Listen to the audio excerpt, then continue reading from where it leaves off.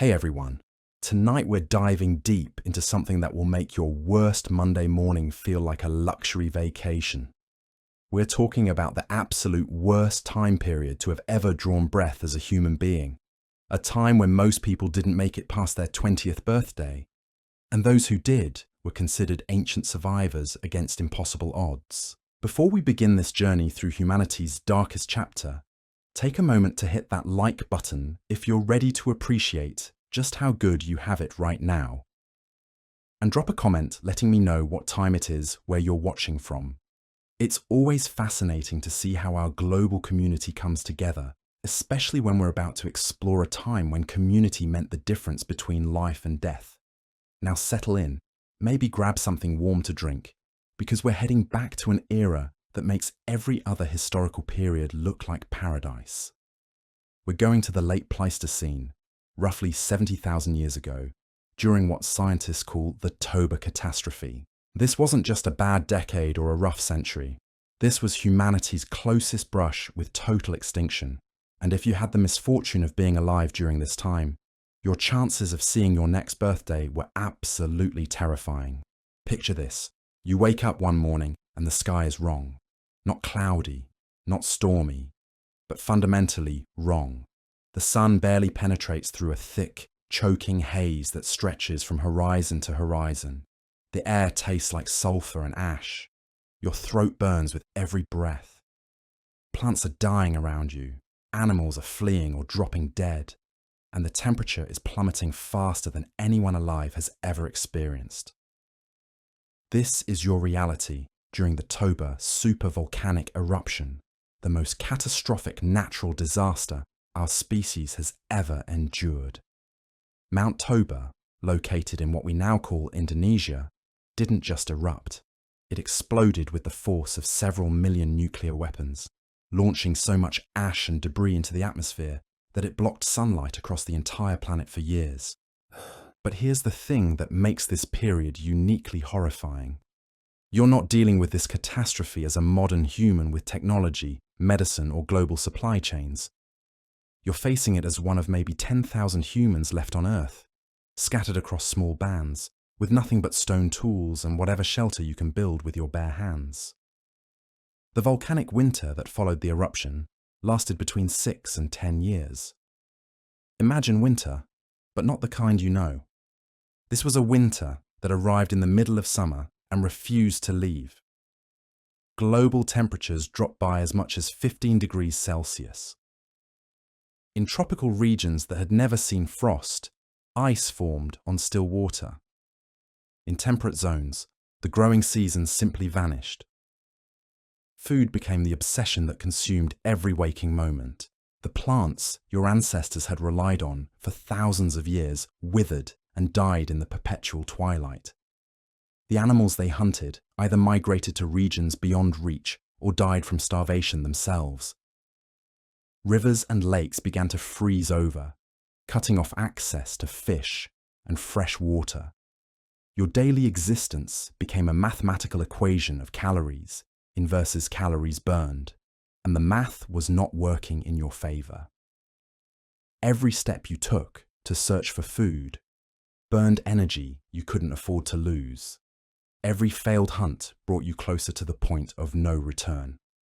Every plant you examined, hoping it might be edible, turned out to be another dead end. Sleep became a luxury you could barely afford. Not because there wasn't time, but because lying still in the cold meant your body temperature would drop to dangerous levels. You had to keep moving, keep the blood flowing, keep generating just enough heat to prevent hypothermia from setting in during the endless nights. The psychological toll was perhaps even worse than the physical suffering. Imagine watching your family members grow thinner and weaker each day, knowing there was nothing you could do to help them.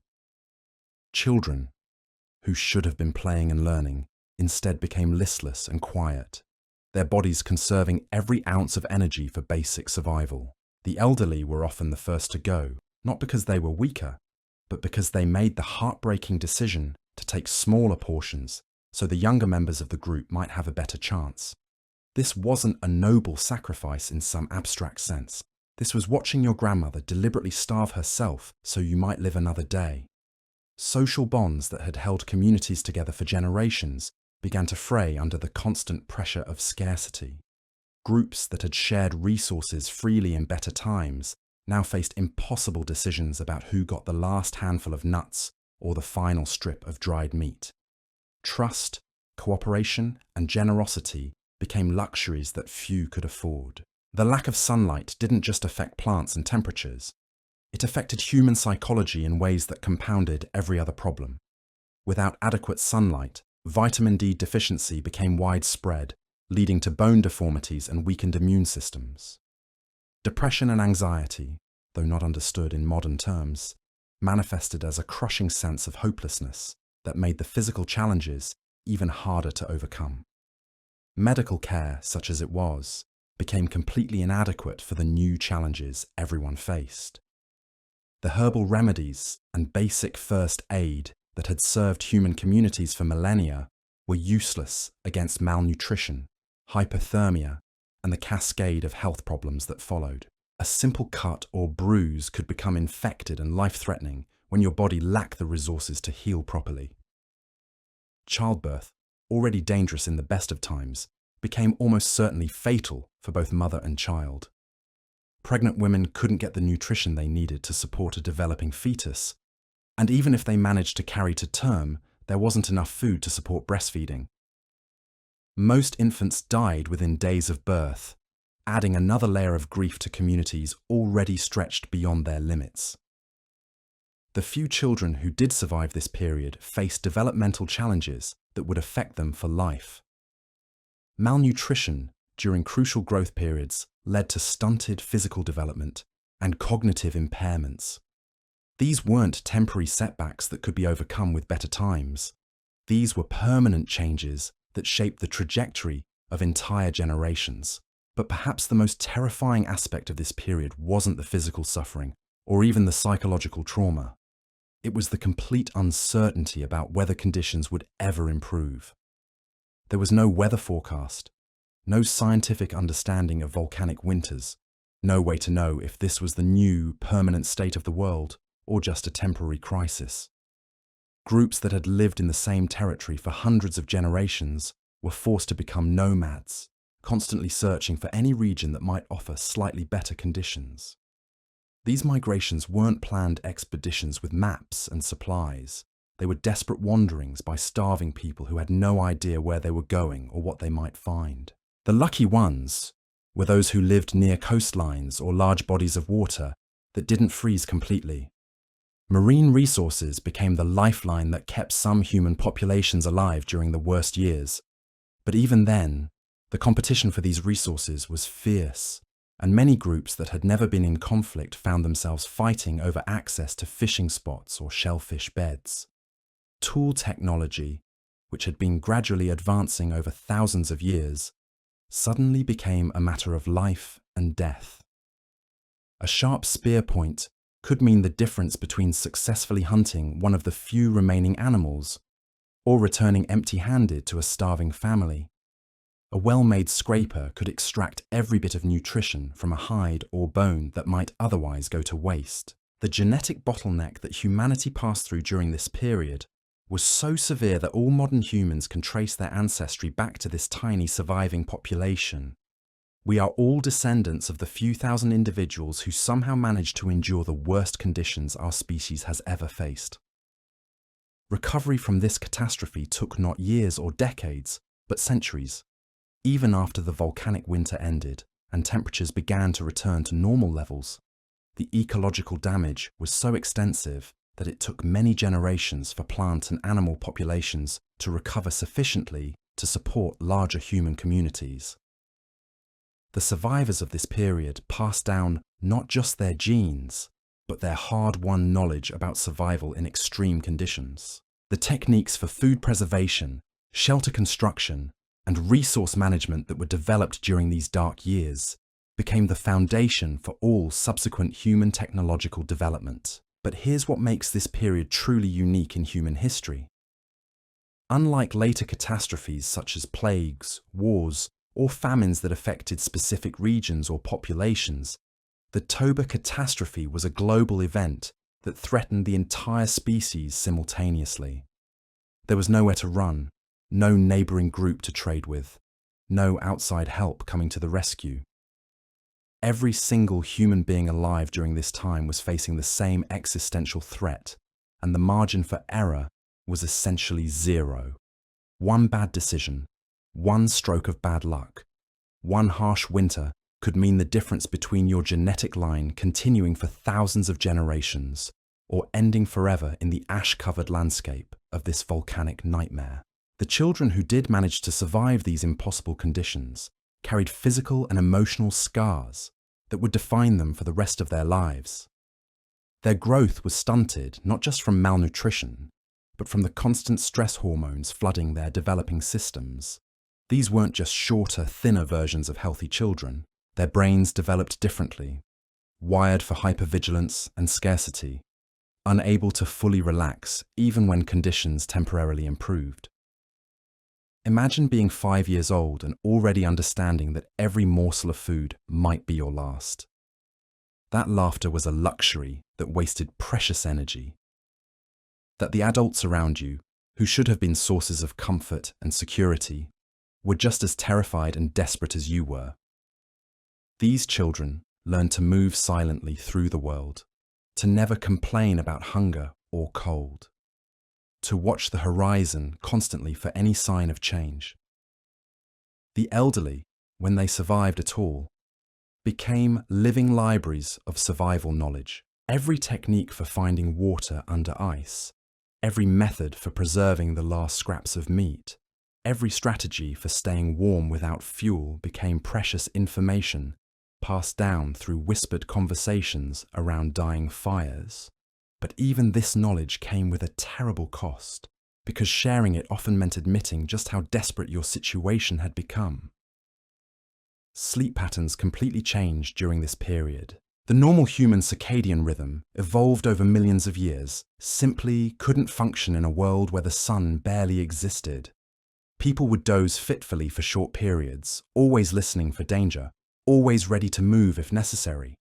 True deep sleep became almost impossible, leading to a kind of chronic exhaustion that made every decision harder and every physical task more challenging.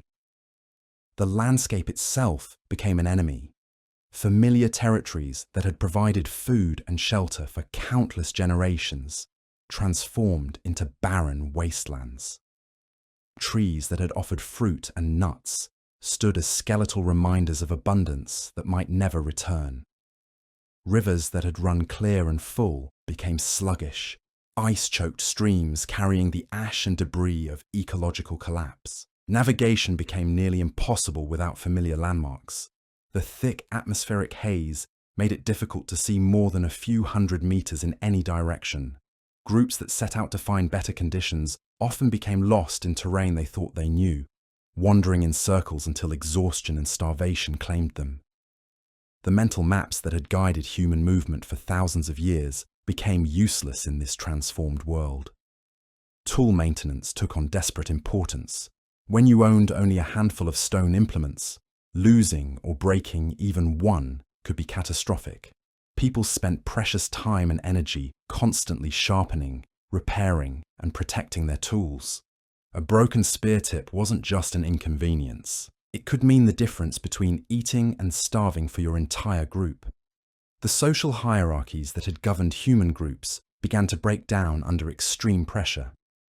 Traditional leadership based on age, experience, or social status gave way to brutal pragmatism. The person who could find food became the leader, regardless of their previous position. Decision-making became faster, harsher, more desperate. There was no time for lengthy deliberation or consensus building, when every moment of delay brought death closer. Pregnancy became something to be feared rather than celebrated. Most women who conceived during this period miscarried due to malnutrition and stress. Those who carried to term faced labour without adequate support, often dying in childbirth along with their babies. The few infants who survived birth usually died within weeks, unable to thrive on the inadequate nutrition their mothers could provide. The concept of privacy disappeared entirely. Survival required constant cooperation and resource sharing, which meant living in extremely close quarters with little personal space. Every bodily function, every emotional breakdown, every moment of weakness became visible to the group. This psychological pressure, combined with physical suffering, pushed many people beyond their breaking point. Hygiene became both impossible and irrelevant. Without adequate water for drinking, washing became an unthinkable luxury. People's bodies adapted to this reality, but the constant dirt, ash and grime created ideal conditions for infections and parasites. Minor cuts and scrapes became major medical emergencies when they couldn't be properly cleaned or treated. The few tools and weapons that existed had to serve multiple purposes. A stone scraper might be used to prepare hides, process food, and defend against predators all in the same day. Nothing could be single-use or specialized. Every object had to justify its weight and space through versatility and durability. Seasonal cycles, which had governed human activity for millennia, became meaningless. Without clear changes in temperature or daylight, there was no way to predict when conditions might improve or what activities should be prioritized. The natural rhythms that had structured human society simply vanished, leaving people adrift in an endless twilight of uncertainty. Food storage became both more critical and more difficult than ever before. The cold temperatures helped preserve meat longer than usual, but finding containers and dry spaces for storage was nearly impossible. Many groups lost precious food supplies to moisture, pests, or accidents that they simply couldn't afford. Every lost meal brought the spectre of starvation closer. Mental illness, though not understood in modern terms, became widespread. The combination of malnutrition, sleep deprivation, constant stress, and social disruption created conditions that would challenge even healthy minds. People experienced what we would now recognize as severe depression, anxiety disorders, and post-traumatic stress. But there was no treatment, no understanding, and no relief from the conditions that caused these problems. Communication between distant groups became almost impossible. The few trade networks that had connected human populations across vast distances collapsed entirely. Each small band of survivors became isolated, cut off from any knowledge of whether other humans had survived elsewhere. This isolation added another layer of psychological pressure, as people wondered if they might be among the last humans alive on Earth. The constant threat of predators increased dramatically as competition for remaining food sources intensified. Large carnivores, also desperate and starving, became more aggressive and unpredictable. Human groups had to maintain constant vigilance, posting guards, even during their brief rest periods. Every sound in the darkness could signal an attack from animals that had lost their natural fear of humans. Clothing and shelter technology had to advance rapidly under pressure. Traditional materials like plant fibers became unavailable, forcing people to rely almost entirely on animal hides and furs. But with animals scarce, obtaining these materials required successful hunts that were increasingly rare. Many people faced the cold with inadequate protection, leading to frostbite, hypothermia, and death. The knowledge base that each human carried became incredibly valuable. Someone who remembered where certain plants grew, who understood animal behavior patterns, or who could read weather signs became essential to group survival. But this knowledge was fragile, stored only in human memory. When these individuals died, their expertise died with them, making each loss doubly tragic. Water procurement transformed from a simple daily task into a complex survival challenge. Traditional water sources froze solid or became contaminated with ash and debris. People had to learn new techniques for melting ice, filtering dirty water, and finding hidden springs. Dehydration became as much of a threat as starvation, especially for those already weakened by hunger and cold. The psychological impact of witnessing constant death and suffering cannot be overstated. These weren't isolated tragedies, but daily occurrences that numbed people to loss while simultaneously traumatizing them. Children grew up understanding death as the normal outcome of life, while adults struggled with survivor guilt and the crushing weight of making life and death decisions for their loved ones. Recovery, when it finally began, was painfully slow and uncertain. Even as conditions started to improve slightly, the damage to ecosystems and human populations was so severe that progress came in tiny increments spread across generations. The survivors who lived to see better times carried the trauma and lessons of this period with them, shaping human culture in ways that would persist for thousands of years. This was humanity at its most vulnerable, stripped of everything except the basic drive to survive another day. It was a time when being human meant enduring suffering that would break most people today, and doing it without any guarantee that tomorrow would be better than today. Yet somehow, incredibly, impossibly, a few thousand individuals managed to persist through the darkness and keep our species alive. The genetic evidence tells us something absolutely chilling about this period. Modern DNA analysis reveals that at the height of the Toba catastrophe, the effective breeding population of humans dropped to somewhere between 3,000 and 10,000 individuals. Think about that for a moment. The entire future of our species depended on fewer people than you'd find in a small town today. But numbers don't capture the reality of what this meant for the people living through it. These weren't 10,000 humans living together in one supportive community.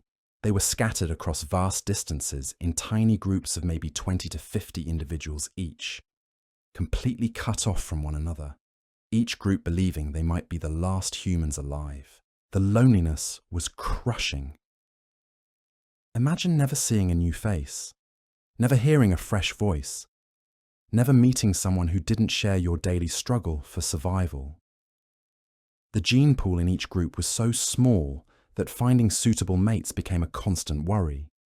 Brothers and sisters, cousins, and distant relatives had to make impossible choices about reproduction, when the alternative was the end of their genetic line forever. Children born during this period face challenges that go beyond anything we can imagine today. Their mothers, weakened by malnutrition and constant stress, often couldn't produce enough milk to sustain them. Infant mortality wasn't just high, it was catastrophic. Archaeological evidence suggests that up to 90% of children born during the worst years died before their first birthday. For those children who did survive infancy, childhood as we understand it simply didn't exist. By age 4 or 5, they were expected to contribute to the group's survival. They learned to be silent when adults were hunting, to eat whatever was put in front of them without complaint, to endure cold and hunger without crying. Play was a luxury that could attract predators or waste precious energy. The few toys or games that existed served dual purposes. Children might play with stones, but those same stones would be crafted into tools when they grew older.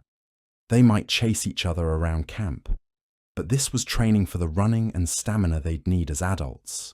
Everything had to serve survival, even childhood activities. Education became a matter of life and death.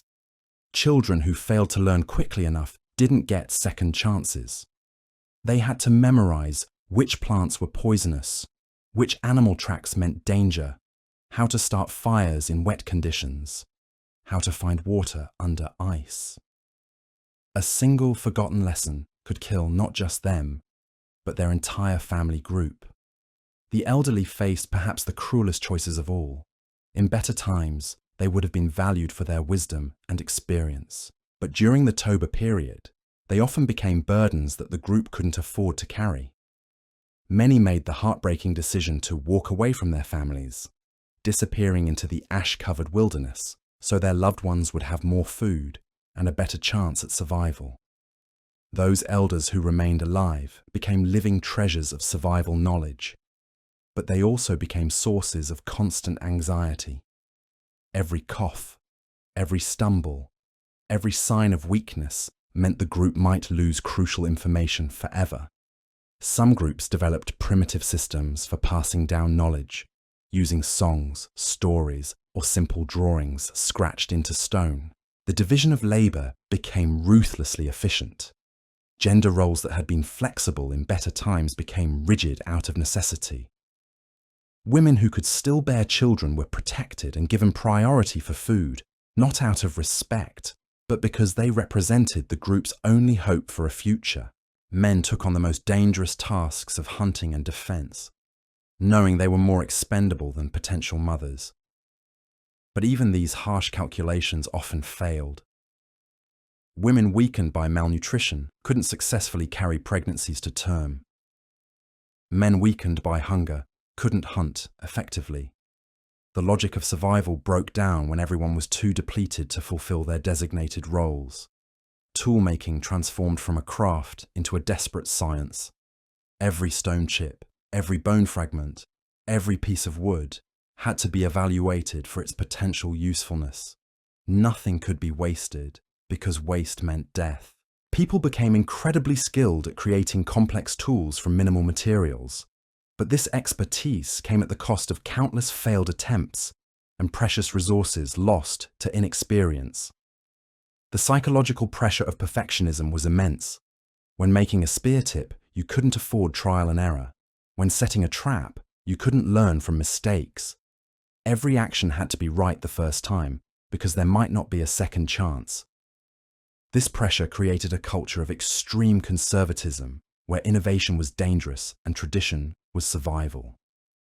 Fire became more than warmth and light. It became the center of human existence. Groups would maintain fires constantly, taking turns to tend them through the night. Letting a fire go out wasn't just an inconvenience. It could be a death sentence. People slept in shifts, always keeping one person awake to feed the flames and watch for danger. The techniques for maintaining fire in wet, cold conditions became incredibly sophisticated. People learned to create fire bundles that could smolder for hours, to find dry tinder in seemingly impossible conditions, to keep flames alive in driving rain and snow. These skills took years to master, and losing someone who possessed this knowledge was catastrophic for a group. Shelter construction had to balance protection with mobility. Groups couldn't stay in one place long enough to build substantial permanent structures, but they also couldn't survive in the open.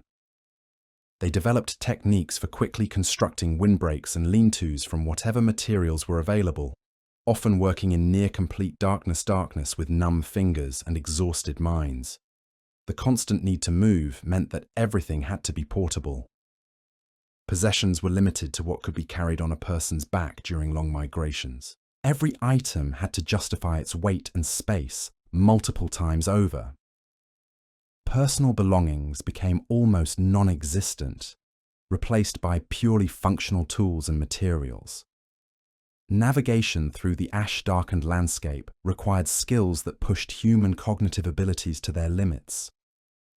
Without clear landmarks or visible stars, people had to rely on subtle cues like wind patterns, the sound of distant water, or the behavior of migrating animals. Getting lost meant death, not just for individuals but for entire groups who depended on their guides. The few successful migrations during this period required incredible coordination and planning. Groups had to time their movements to avoid the worst weather, find shelter along the way, and locate food sources in unfamiliar territory. Many groups that attempted these journeys simply disappeared, their fate unknown to anyone who might have remembered them. Social bonds became simultaneously stronger and more fragile than ever before.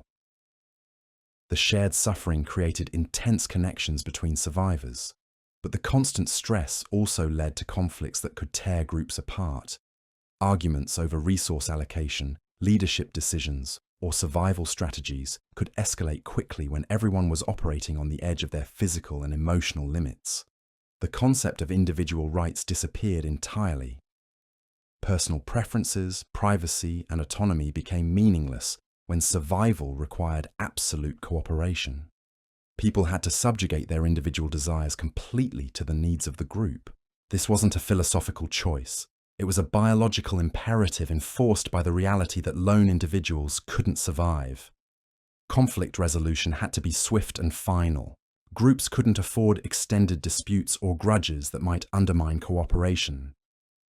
Leaders had to make harsh decisions quickly, often banishing troublemakers or forcing compliance through intimidation. Democracy and consensus building became luxuries that could get everyone killed. The few weapons that existed served multiple purposes beyond defense. Spears were used for hunting, digging, and prying apart frozen carcasses. Knives cut food, scraped hides, and served as tools for countless daily tasks. Every implement had to be versatile because specialization was a luxury no one could afford. Hunting strategies had to adapt to a world where game was scarce and unpredictable. Traditional hunting grounds were abandoned as animals fled or died off. Hunters had to travel incredible distances for uncertain rewards, often returning empty-handed after days of dangerous travel. The energy cost of unsuccessful hunts often exceeded any potential benefits. The psychological toll of constant failure weighed heavily on everyone, but especially on those responsible for finding food. Hunters who returned empty-handed faced not just their own disappointment, but the desperate eyes of starving family members. The pressure to succeed became overwhelming, leading to increasingly dangerous and desperate attempts to find food. Scavenging became more important than hunting for many groups. Following the trails of large predators, hoping they might leave scraps behind, became a common strategy. But this put humans in direct competition with other scavengers, leading to dangerous encounters with hyenas, wolves, and other carnivores that were equally desperate for food. The few successful hunts had to be managed with incredible precision. Every part of an animal had to be utilized completely. Meat was eaten fresh, dried for preservation, or traded with other group members. Bones were cracked for marrow, carved into tools, or used as fuel for fires. Hides became clothing, shelter materials, or containers. Nothing could be wasted. Food preservation techniques became matters of life and death. Without proper preservation, a successful hunt might feed a group for only a few days. With skillful processing, the same animal might provide sustenance for weeks. People developed sophisticated methods for smoking meat, rendering fat, and creating pemmican-like concentrated foods that could last through long migrations. The knowledge required for effective food preservation was complex and dangerous to acquire. Mistakes in processing could lead to food poisoning that would kill weakened individuals. Improper storage could attract scavengers or allow spoilage that wasted precious resources. Every step of the preservation process required expertise that took years to develop. Water management became as critical as food procurement. Traditional water sources were often frozen solid or contaminated with volcanic ash. People had to learn techniques for melting ice efficiently, filtering debris from water and storing precious liquids in improvised containers. Dehydration became a constant threat, especially for those already weakened by hunger and disease. The search for clean water often required dangerous journeys to distant sources. Groups had to send their strongest members on water-gathering expeditions that might take days to complete. These expeditions were risky not just because of the travel involved, but because they divided the group and left both parties vulnerable to attack or accident. Disease spread rapidly through weakened populations living in close quarters with poor sanitation.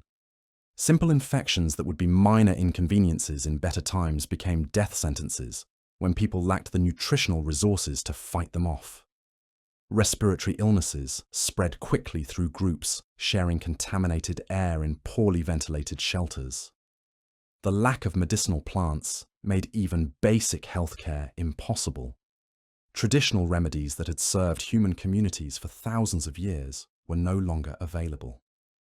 Healers and medicine people found themselves helpless against ailments they had previously been able to treat. This loss of medical knowledge was as devastating as any physical hardship. Dental health became a serious survival issue.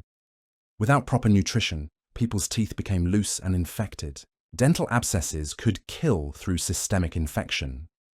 The inability to chew food properly made malnutrition even worse. People had to develop techniques for processing food for those who could no longer eat solid meals. The constant cold affected human physiology in ways that compounded every other problem. Circulation problems led to frostbite and gangrene. Hypothermia became a constant threat that required vigilant prevention. The body's immune system, already compromised by malnutrition, became even less effective in fighting off infections and diseases. Sleep deprivation became chronic and unavoidable. The need to maintain fires, watch for predators, and care for the sick meant that no one could get adequate rest. This chronic exhaustion affected decision-making abilities, physical coordination, and emotional stability. People made increasingly poor choices as their mental faculties deteriorated from lack of sleep. The few successful groups that survived this period developed remarkably sophisticated social systems under pressure. They created efficient methods for sharing resources, rotating responsibilities, and making collective decisions quickly. These social innovations, born from desperate necessity, became the foundation for more complex human societies that would emerge in later periods. But even success came with terrible costs. The survivors of the Toba catastrophe were permanently changed by their experiences. They carried physical scars from malnutrition, injury, and disease. They bore psychological trauma from witnessing constant death and making impossible choices. And they possessed hard-won knowledge about survival that they would pass down to future generations. The children who grew up during this period became adults who understood scarcity, cooperation, and resilience in ways that shaped human culture for millennia to come. Their descendants inherited not just genes, but cultural knowledge about survival that would help humanity weather future catastrophes. Every human alive today carries the genetic and cultural legacy of those few thousand individuals who somehow, impossibly, managed to endure humanity's darkest hour. This was more than just a difficult period in human history. This was the crucible that forged our species, the trial by fire that determined not just whether humans would survive, but what kind of survivors we would become. The people who lived through the Toba catastrophe didn't just endure, they adapted, they innovated, and they created the foundation for everything that would follow in human civilization. The few groups that managed to establish some semblance of stability during this nightmare discovered that survival required sacrificing everything that made life worth living. Joy became dangerous because laughter could attract predators. Curiosity became lethal because exploring unknown areas wasted energy and risked getting lost. Hope became a luxury that could lead to devastating disappointment when reality crushed expectations once again. Imagine trying to maintain human dignity when dignity itself had become a death sentence. Privacy disappeared because everyone had to sleep pressed together for warmth. Personal hygiene became impossible because water was too precious to waste on washing. Individual preferences vanished because eating whatever was available, no matter how revolting, meant the difference between living another day or joining the countless bones scattered across the frozen landscape. The social dynamics within these tiny groups became incredibly complex and brutal. Leadership wasn't based on wisdom or charisma anymore. It was determined by who could find food, who could make the hardest decisions, and who could keep everyone alive for another week. Traditional family structures crumbled under the weight of impossible choices. Parents had to decide which children to feed when there wasn't enough food for everyone. Romantic relationships became purely transactional. Love was a luxury no one could afford when every decision had to be based on survival value. Mating choices were determined by genetic diversity, physical strength, and the ability to contribute to group survival. The emotional bonds that make us human were stripped away, leaving only the cold mathematics of species continuation. Children who survived this period grew up without ever experiencing normal childhood development. They never learned to play because play wasted energy. They never experienced unconditional love because love itself became conditional on usefulness. They developed hypervigilance as their default state, constantly scanning for threats, never able to relax even when circumstances temporarily improved. These children became adults who couldn't understand concepts like leisure or entertainment. Their brains were wired for constant crisis management. They hoarded resources compulsively, even when abundance returned. They viewed every stranger as a potential threat to their survival. The psychological adaptations that kept them alive during the catastrophe made them poorly equipped for normal human social interaction. The few elderly individuals who survived became living repositories of pre-catastrophe knowledge, but they also became sources of constant anxiety for their groups. Every day they remained alive was another day of crucial information preserved, but also another mouth to feed when food was desperately scarce. Some groups developed primitive systems for transferring knowledge before these elders died, but most information was simply lost forever. Tool technology had to advance rapidly under extreme pressure, but this advancement came at tremendous cost. People spent precious energy experimenting with new designs when failure meant death. They wasted irreplaceable materials on prototypes that didn't work. Every innovation required sacrificing resources that might have been used for immediate survival needs. The psychological pressure of perfectionism became overwhelming. When crafting a spear point, you couldn't afford to make mistakes. When setting a trap, you had to get it right the first time. When starting a fire in wet conditions, failure meant everyone might freeze to death.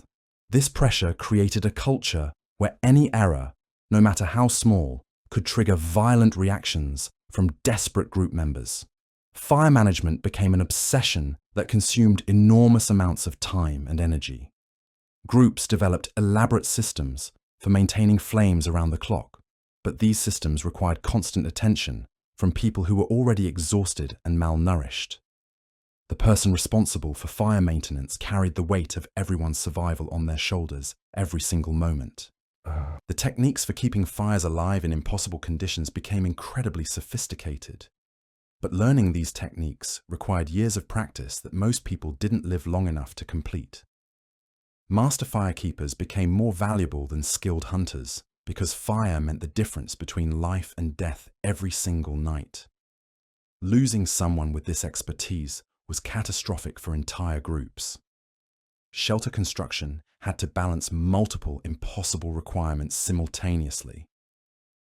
Structures had to provide protection from cold and predators, but they also had to be quickly constructed and easily abandoned when groups needed to move.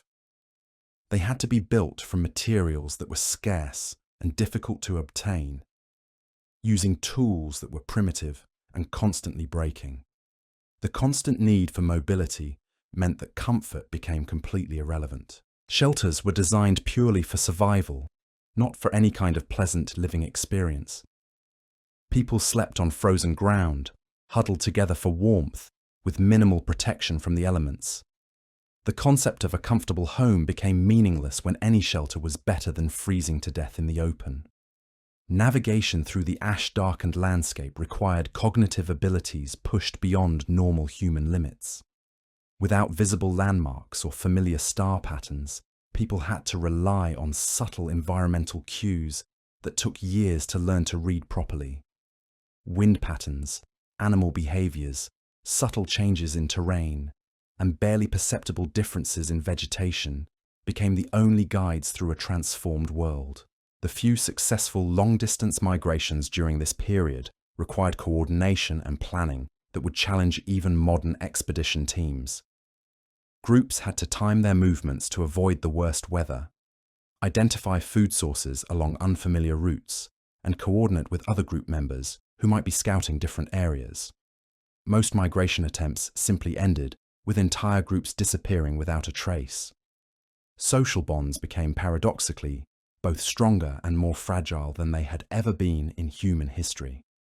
The shared trauma created intense connections between survivors, but the constant stress also made everyone more irritable, paranoid, and prone to violent outbursts. Arguments that would have been minor disagreements in better times could escalate into life-threatening conflicts when everyone was operating on the edge of physical and emotional collapse. Conflict resolution had to be immediate and absolute. Groups couldn't afford extended disputes that might undermine the cooperation necessary for survival.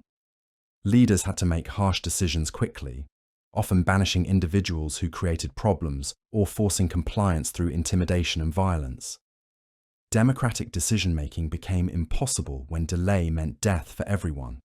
The weapons that existed had to serve multiple functions, because specialization was a luxury no one could afford.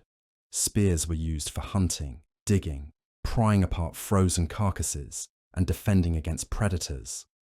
Knives cut food, scraped hides, carved other tools, and served dozens of other daily functions. Every implement had to justify its weight and the resources required to maintain it. Hunting strategies had to adapt to a world where traditional game animals had either died off or migrated to areas beyond human reach. Hunters had to learn new techniques for tracking unfamiliar prey, often traveling dangerous distances for uncertain rewards. The energy cost of unsuccessful hunts frequently exceeded any potential benefits, creating a deadly spiral of increasing weakness and decreasing hunting effectiveness. The psychological burden on hunters became crushing. They faced not just their own disappointment when of starving family members who returning empty-handed, but the desperate eyes pressure led to increasingly rye depended on their success. This sky hunting attempts as desperation overcame judgment. Many hunters died attempting impossible kills because the alternative was watching their loved ones starve to death. Scavenging became more reliable than hunting for many groups, but it came with its own set of deadly challenges. Following predator trails hoping for scraps put humans in direct competition with other desperate scavengers. Hyenas, wolves, and other carnivores were equally starving and far more dangerous than usual. Many scavenging attempts ended with humans becoming the meal instead of finding one. When groups did manage successful hunts, the processing had to be absolutely perfect. Every part of an animal had to be utilized completely because waste meant death. Meat was eaten fresh, dried for preservation, or carefully traded with other group members. Bones were cracked for marrow, carved into tools, or used as fuel when wood was unavailable. Hides became clothing, shelter materials, containers, and rope. Nothing could be discarded. Food preservation techniques became matters of life and death that required expertise. Most people didn't live long enough to develop. Mistakes in processing could lead to food poisoning that would kill already weakened individuals. Improper storage could attract dangerous scavengers or allow spoilage that wasted irreplaceable resources. Every step of the preservation process required knowledge that was difficult to acquire and impossible to replace if the expert died. The search for clean water became as dangerous and time-consuming as hunting.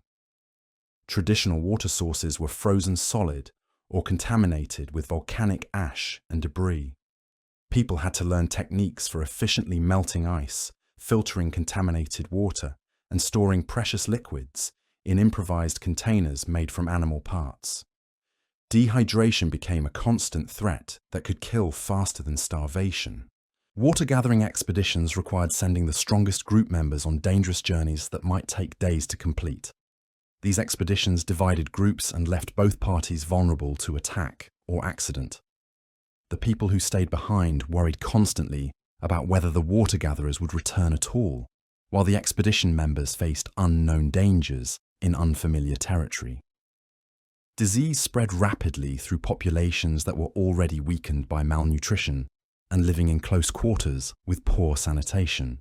Simple infections that would be minor inconveniences in better times became death sentences when people lacked the nutritional resources to fight them off. Respiratory illnesses spread quickly through groups sharing contaminated air in poorly ventilated shelters that couldn't be properly cleaned. The traditional medicinal plants that had served human communities for thousands of years were no longer available. Healers and medicine people found themselves completely helpless against ailments they had previously been able to treat successfully. This loss of medical knowledge was as devastating as any physical hardship, because it meant that even minor injuries or illnesses could become fatal. Dental health became a critical survival issue that most people today never have to consider. Without proper nutrition, people's teeth became loose, infected, and painful. Dental abscesses could kill through systemic infection. The inability to chew food properly made existing malnutrition even worse. Groups had to develop techniques for processing food for members who could no longer eat solid meals. The constant cold affected human physiology in ways that compounded every other survival challenge. Poor circulation led to frostbite and gangrene that could necessitate amputation with crude tools and no anesthesia. Hypothermia became a constant threat that required vigilant prevention through shared body heat and careful fire management. The body's immune system, already compromised by malnutrition, became even less effective at fighting off infections and diseases in cold conditions. Sleep deprivation became chronic and unavoidable because survival required constant vigilance. Someone always had to tend the fire, watch for predators, and care for sick group members. No one could get adequate rest, and this chronic exhaustion affected decision-making abilities, physical coordination, and emotional stability. People made increasingly poor choices as their mental faculties deteriorated from lack of sleep. The few groups that managed to develop sophisticated survival strategies did so at enormous cost. They created efficient methods for sharing scarce resources, rotating essential responsibilities, and making collective decisions quickly enough to respond to immediate threats. These social innovations were born from desperate necessity and became the foundation for more complex human societies that would emerge much later. But even success came with permanent consequences that shaped human development for millennia. The survivors of this catastrophic period were fundamentally changed by their experiences. They carried physical scars from malnutrition, injury, and disease that affected their health for the rest of their lives. They bore psychological trauma from witnessing constant death and making impossible choices between competing survival priorities. More importantly, they possessed hard-won knowledge about survival under extreme conditions that they would pass down to their descendants.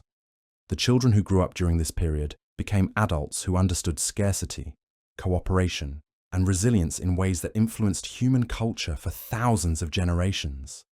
Their genetic legacy includes not just DNA, but cultural knowledge about survival that helped humanity weather future catastrophes. The social structures that emerged from this crucible were fundamentally different from anything that had existed before. Cooperation became mandatory rather than voluntary. Individual rights disappeared in favor of group survival.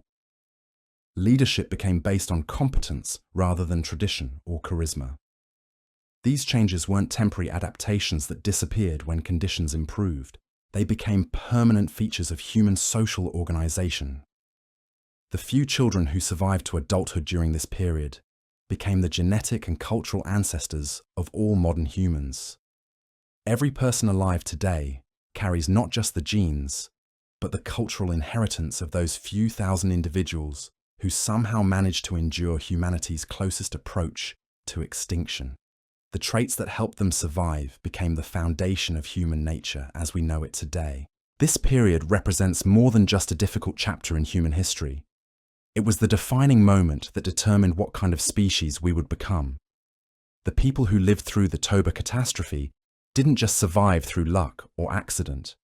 They developed new technologies, social systems, and survival strategies that allowed humanity not just to persist, but to eventually thrive. The innovations born from this desperate necessity became the building blocks of all subsequent human advancement. The social cooperation required for survival became the foundation for complex societies. The tool technologies developed under pressure became the basis for more sophisticated manufacturing. The knowledge about resource management and environmental adaptation became crucial for human expansion into new territories. Perhaps most importantly, the psychological resilience developed during this period became a permanent part of human nature. The ability to endure extreme hardship, to maintain hope in hopeless situations, and to continue striving for survival against impossible odds became defining characteristics of our species. These traits, forged in the volcanic winter of our near extinction, continue to drive human achievement and exploration today. The genetic bottleneck that humanity passed through during the Toba catastrophe means that we are all more closely related to each other than we might appear on the surface. The diversity we see in modern human populations developed from an incredibly small founding group of survivors who shared not just genes, but the traumatic experience of nearly losing everything that makes us human. Understanding this period helps explain many aspects of modern human behavior that might otherwise seem puzzling. Our tendency to hoard resources even when they're abundant, our instinctive fear of strangers and unfamiliar situations, our ability to form intense bonds with small groups while remaining suspicious of larger communities, all of these traits were adaptive during the Toba catastrophe and remain part of our psychological inheritance. The story of this period is ultimately one of incredible human resilience and adaptability. Faced with conditions that should have led to extinction, a few thousand individuals managed not just to survive, but to preserve and develop the knowledge that would allow their descendants to rebuild and eventually create the complex civilizations we know today. Their legacy lives on in every human achievement, every act of cooperation, and every demonstration of resilience in the face of seemingly impossible challenges. But it's also a story that should humble us when we consider how close we came to never existing at all. The margin for error was essentially zero. A few different decisions, a slightly worse turn in the weather, a single failed migration, and there would be no human story to tell. The fact that we're here to discuss this period at all is a testament to the incredible determination and adaptability of those ancient survivors who refused to give up, even when giving up would have been the rational choice. This was humanity at its most vulnerable, but also at its most determined. It was a time when being human meant enduring suffering that would break most people today, and doing it without any guarantee that conditions would ever improve. Yet somehow, impossibly, a few thousand individuals managed to persist through the darkness and preserve the spark that would eventually grow into the full flame of human civilization. The aftermath of survival came with its own unique form of torment. Those who managed to endure the worst years of the volcanic winter found themselves permanently altered, not just physically, but mentally. The constant hypervigilance required for survival had rewired their brains in ways that made normal human emotions feel dangerous and unnecessary. Sleep became a foreign concept, even when exhaustion should have provided relief. Survivors would lie awake for hours, listening to every sound, interpreting every shadow as a potential threat. Their nervous systems remained locked in permanent crisis mode, flooding their bodies with stress hormones that gradually poisoned them from within. The very adaptations that had kept them alive during the catastrophe now made peaceful existence impossible. Memory became both a blessing and a curse.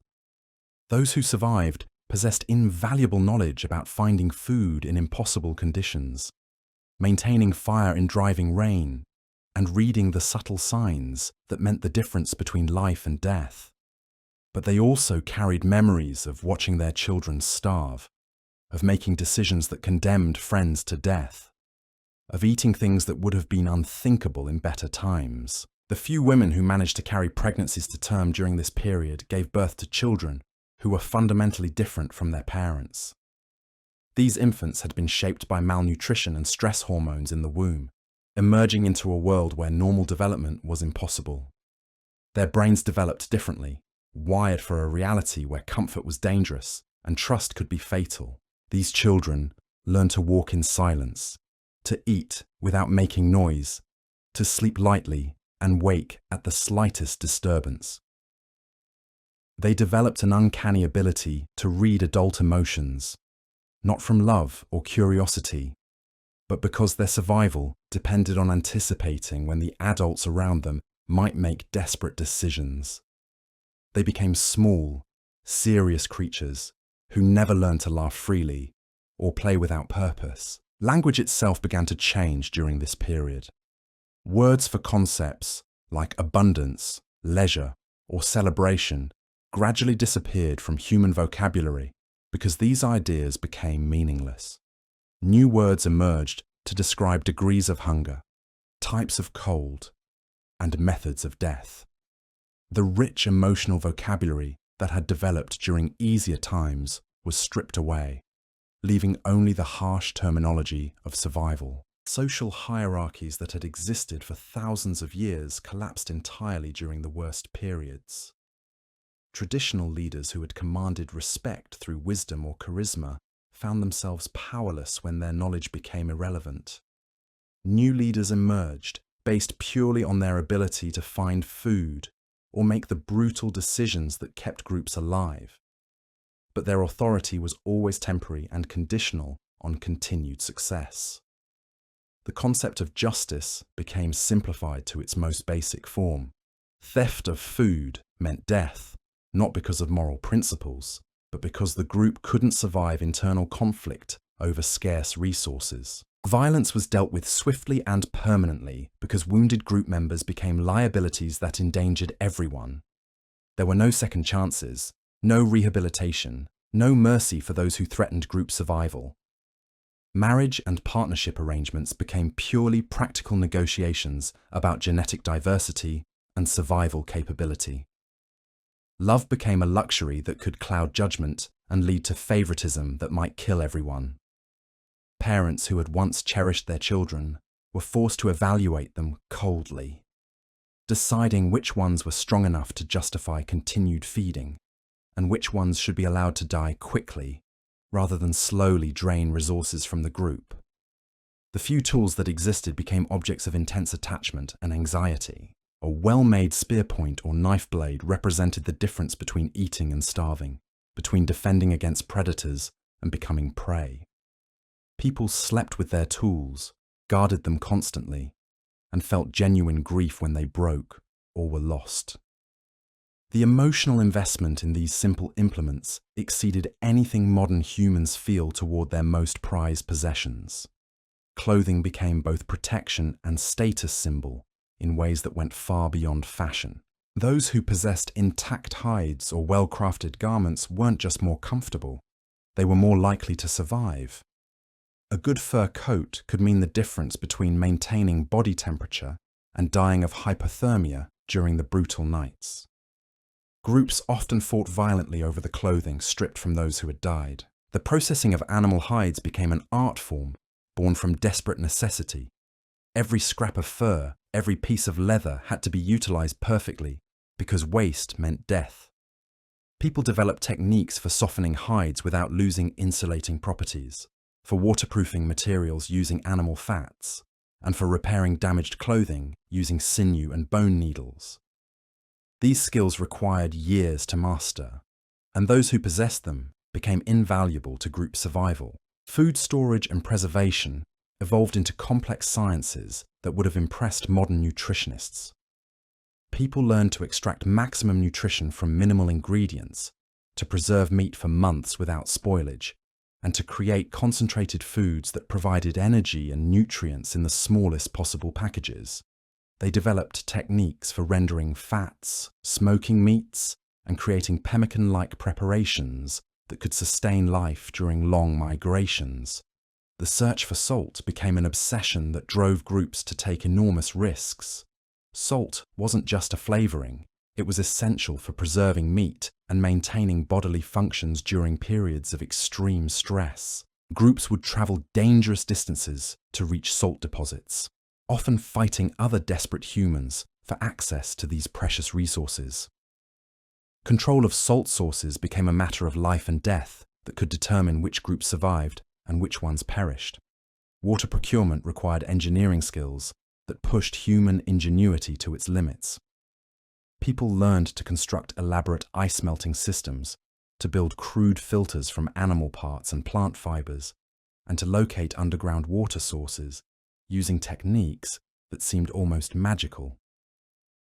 They developed methods for transporting water over long distances, using improvised containers made from animal stomachs and hollowed bones. The few successful hunts required coordination and planning that would challenge modern military operations. Hunters had to work together to drive animals into prepared positions, to coordinate attacks with crude weapons, and to ensure that wounded prey couldn't escape to die somewhere inaccessible. Every aspect of the hunt had to be planned perfectly, because failure meant everyone went hungry for another day or week. Tracking skills became so refined that successful hunters could read stories in footprints, determine animal health from droppings, and predict behavior patterns from subtle environmental signs. They learned to identify which animals were sick or injured and therefore easier to catch, which ones were traveling alone and vulnerable to attack, and which ones might lead them to water sources or sheltered areas. The butchering and processing of successful kills became elaborate ceremonies that ensured nothing was wasted.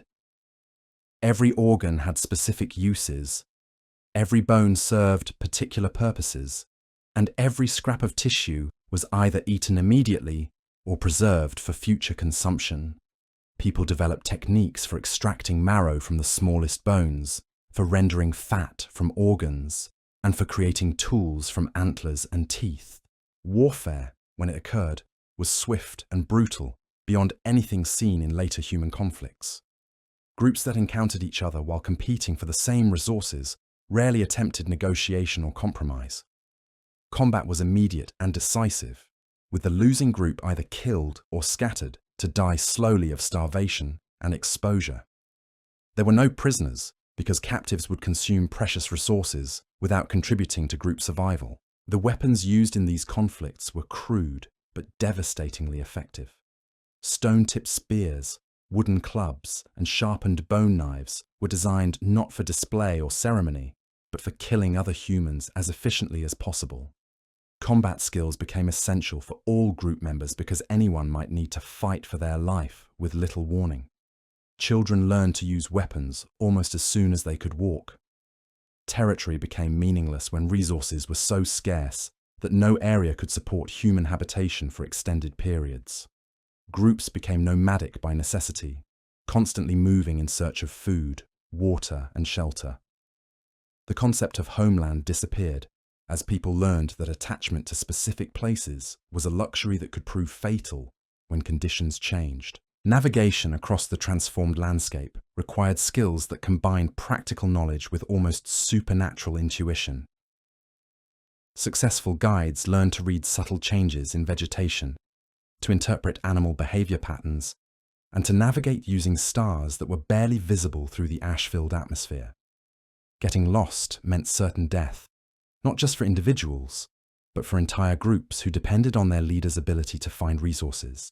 The few groups that managed to establish temporary settlements faced unique challenges that tested their organizational abilities.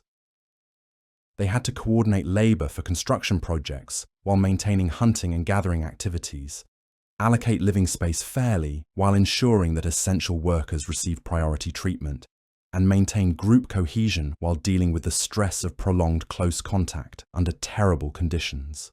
Leadership during this period required qualities that had never been necessary in human societies before.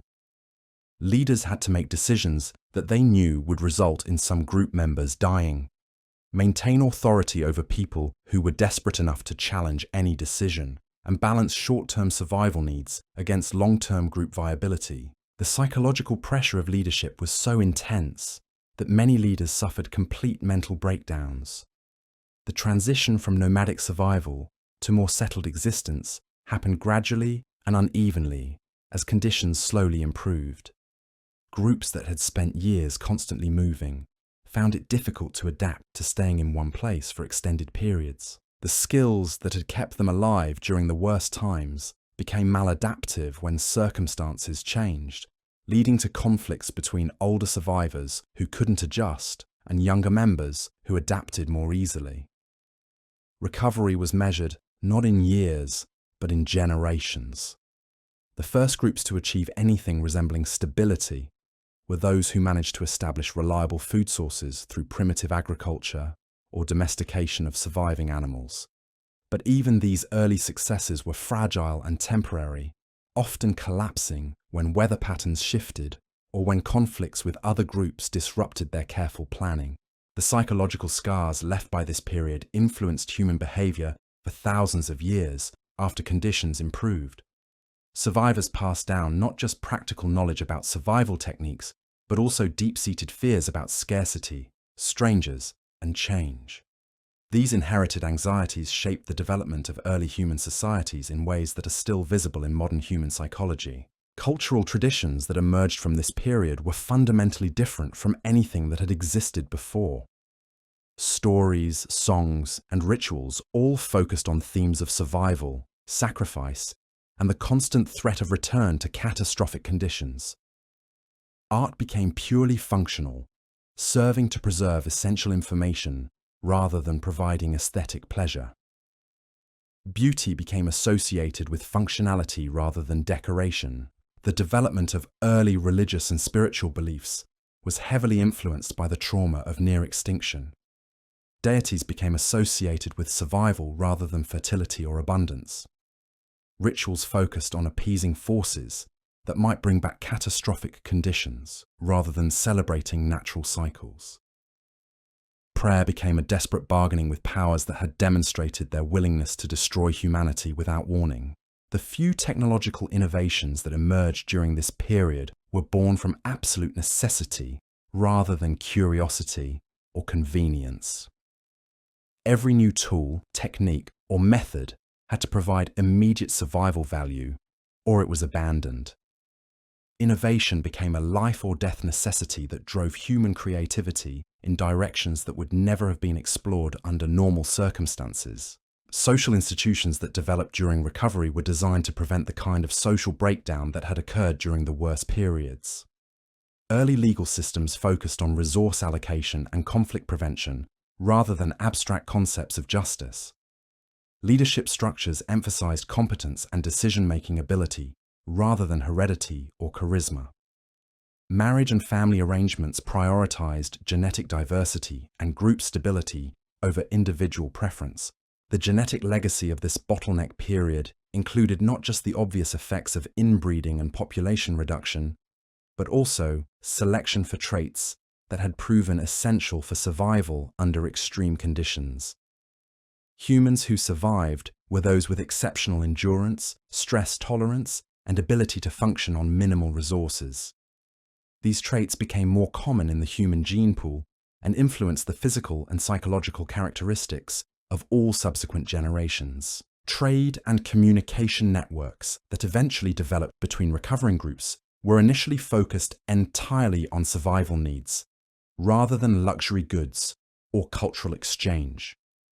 Groups traded essential resources like tool-making materials, medicinal plants, and breeding animals, rather than decorative items or exotic foods.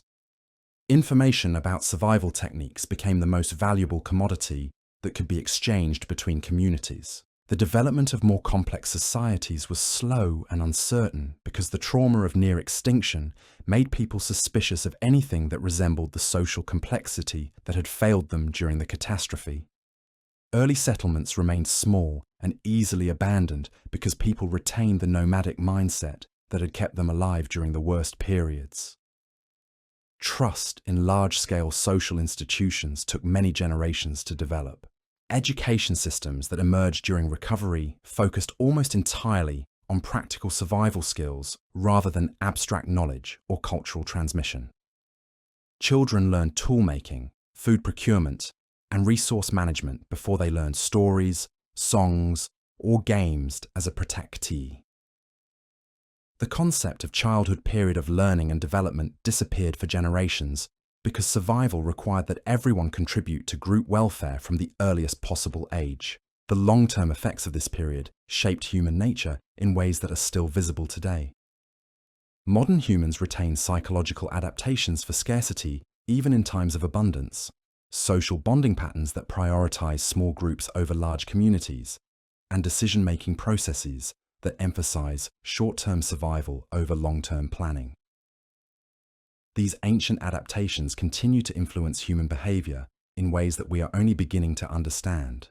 This catastrophic period represents the closest humanity has ever come to complete extinction. But it also demonstrates the incredible resilience and adaptability that allowed our species to not just survive, but eventually thrive. The innovations, social structures, and psychological adaptations that emerged from this crisis became the foundation for all subsequent human development. Every aspect of modern human civilization can trace its roots back to the desperate innovations of those few thousand survivors who refused to give up when extinction seemed inevitable.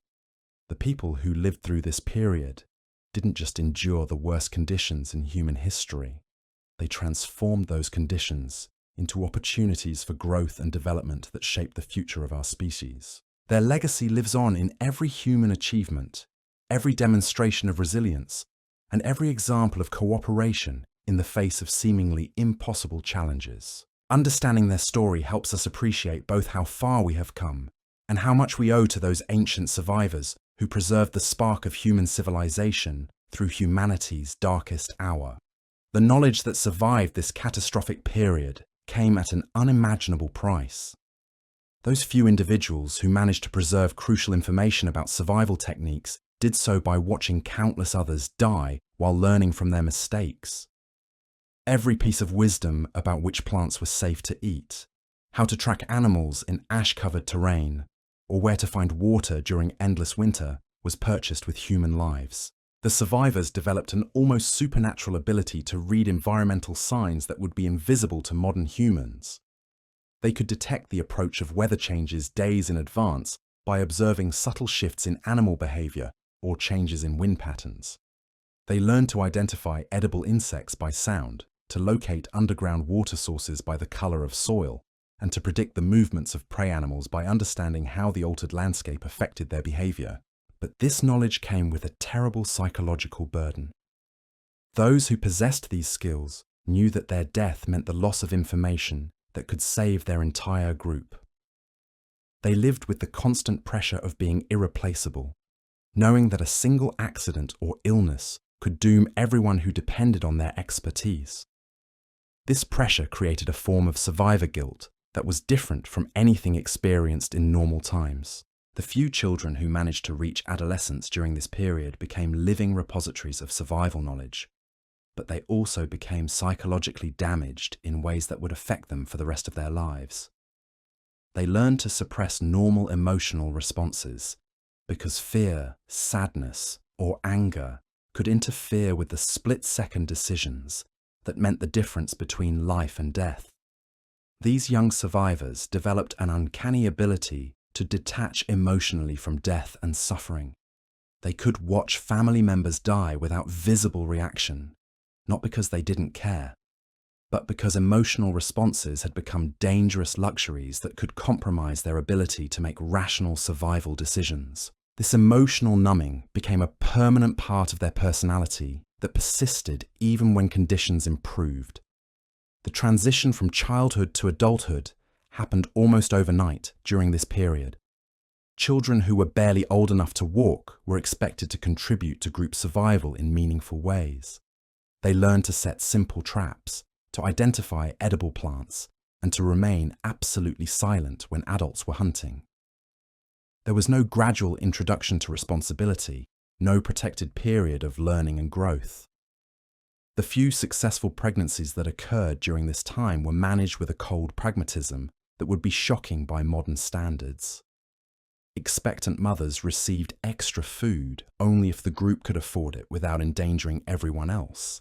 Difficult births were handled without sentimentality, with decisions about whether to save the mother or child based purely on which option provided better long-term survival prospects for the group. Childbirth itself became a community event not because of celebration, but because every adult had to be prepared to make life or death decisions about resource allocation. Newborns were evaluated immediately for their likelihood of survival, and those deemed too weak or unhealthy were often abandoned to conserve resources for children with better prospects. The few infants who survived their first weeks faced challenges that would have been unthinkable in normal times. They were weaned early because their mothers couldn't produce adequate milk. They were exposed to adult conversations about death, starvation, and violence from their earliest moments of consciousness. They learned to associate crying with danger because noise could attract predators or reveal the group's location to competing humans. These surviving children developed behavioral patterns that were perfectly adapted to their harsh environment, but completely maladaptive for normal human social interaction. They became hypervigilant, suspicious of strangers, and incapable of forming the kind of trusting relationships that characterize healthy human development. Their brains were wired for constant crisis management rather than learning, exploration, or play. The educational systems that emerged during this period were unlike anything that had existed before in human history. Knowledge was transmitted not through stories or games, but through life or death practical demonstrations. Children learned by watching adults perform survival tasks, then immediately attempting to replicate them under supervision. There was no room for gradual learning or making mistakes. The curriculum of survival education was brutally focused on immediate practical needs. Children learned to identify dozens of different types of animal tracks, to distinguish between safe and contaminated water sources, to recognize the signs of approaching weather changes, and to construct simple tools from whatever materials were available. Abstract knowledge, cultural traditions, and artistic expression were completely abandoned. Testing of this survival knowledge was constant and unforgiving. Children who failed to learn essential skills quickly enough were often abandoned by their groups because they represented a drain on resources that could endanger everyone else. Educational failure wasn't just disappointing, it was literally fatal for both the individual child and, potentially, for the entire group that had invested time and energy in their training. The few adults who served as teachers during this period carried an enormous psychological burden. They had to balance the need to preserve essential knowledge with the reality that most of their students would die before reaching adulthood. They developed techniques for rapid knowledge transfer that prioritized the most critical information while accepting that much cultural and practical knowledge would be lost forever. Language itself began to evolve rapidly during this period, as new words emerged to describe survival situations that had never been encountered before. People developed precise terminology for different types of hunger, various stages of hypothermia, and subtle gradations of desperation that had never required specific vocabulary. Meanwhile, words for concepts like leisure, abundance, or celebration gradually disappeared from common usage. Communication between group members became increasingly efficient and purposeful. Casual conversation disappeared because talking wasted energy and could attract unwanted attention. People learned to convey essential information through gestures, brief phrases, and shared understanding that developed from constant proximity and shared danger. The rich emotional vocabulary that had characterized human speech was stripped away, leaving only the harsh terminology of survival. The development of early warning systems became crucial for group survival. People learned to recognize subtle signs that indicated approaching danger, changing weather conditions, or the presence of other humans in their territory. These warning systems required constant attention and immediate response, creating a culture of perpetual alertness that made relaxation impossible, even during brief periods of relative safety. Sentry duty became one of the most important and stressful responsibilities within surviving groups. Those assigned to watch for danger faced the psychological pressure of knowing that their alertness was all that stood between their loved ones and death. A moment of inattention, a brief lapse in concentration, could result in the destruction of the entire group. This responsibility often led to severe psychological breakdown among those who couldn't handle the constant pressure. The rotation of essential duties became a complex balancing act that required careful consideration of each individual's strengths, weaknesses, and psychological state. Groups had to ensure that critical tasks were always covered while preventing any individual from being overwhelmed by responsibility. This required a level of social organization and psychological awareness that was unprecedented in human history. Leadership during this period required qualities that would seem almost inhuman by modern standards. Successful leaders had to make decisions that they knew would result in the deaths of some group members in order to save others. They had to maintain authority over desperate people while dealing with their own psychological trauma. They had to project confidence and competence even when they were as terrified and uncertain as everyone else. The decision-making processes that emerged during this crisis were radically different from anything that had existed in human societies before. Democratic consultation became impossible when delays could mean death for everyone. Leaders had to make immediate choices based on incomplete information, knowing that wrong decisions would be fatal, but that indecision was equally dangerous. The psychological toll on leaders was so severe that many suffered complete mental breakdown within months of assuming responsibility. Those who survived as leaders often became emotionally detached and apparently cruel, making decisions that prioritized group survival over individual welfare without visible remorse. This emotional deadening was often the only way they could continue functioning under impossible pressure. Succession planning became a constant concern because the death of a leader could doom an entire group. Potential replacement leaders had to be identified and trained continuously. But this training process was complicated by the fact that leadership skills could only be truly tested under actual life or death conditions. Many promising candidates proved unable to handle the psychological pressure when they were actually forced to make fatal decisions about group members. The few groups that managed to maintain some semblance of democratic decision-making did so through rapid consensus-building techniques that prioritized speed over thorough deliberation. These groups developed methods for quickly assessing group opinion and making collective decisions without the lengthy discussion processes that had characterized pre-catastrophe human societies. Conflict resolution within groups became a matter of immediate survival rather than long-term social harmony. Disputes that could undermine group cohesion were dealt with swiftly and often violently. There was no time for mediation, counseling, or gradual reconciliation when internal conflict could attract predators or waste energy that was needed for survival tasks. The punishment systems that emerged during this period were designed to maintain group discipline rather than provide justice or rehabilitation. Individuals who threatened group survival through theft, violence, or failure to fulfill essential duties were often killed or abandoned without trial or appeal. The concept of individual rights became meaningless when balanced against the survival needs of the group. Resource allocation became a constant source of tension that required careful management to prevent violent conflict. Groups developed elaborate systems for distributing food, water, and other essentials that attempted to balance individual needs against group survival requirements.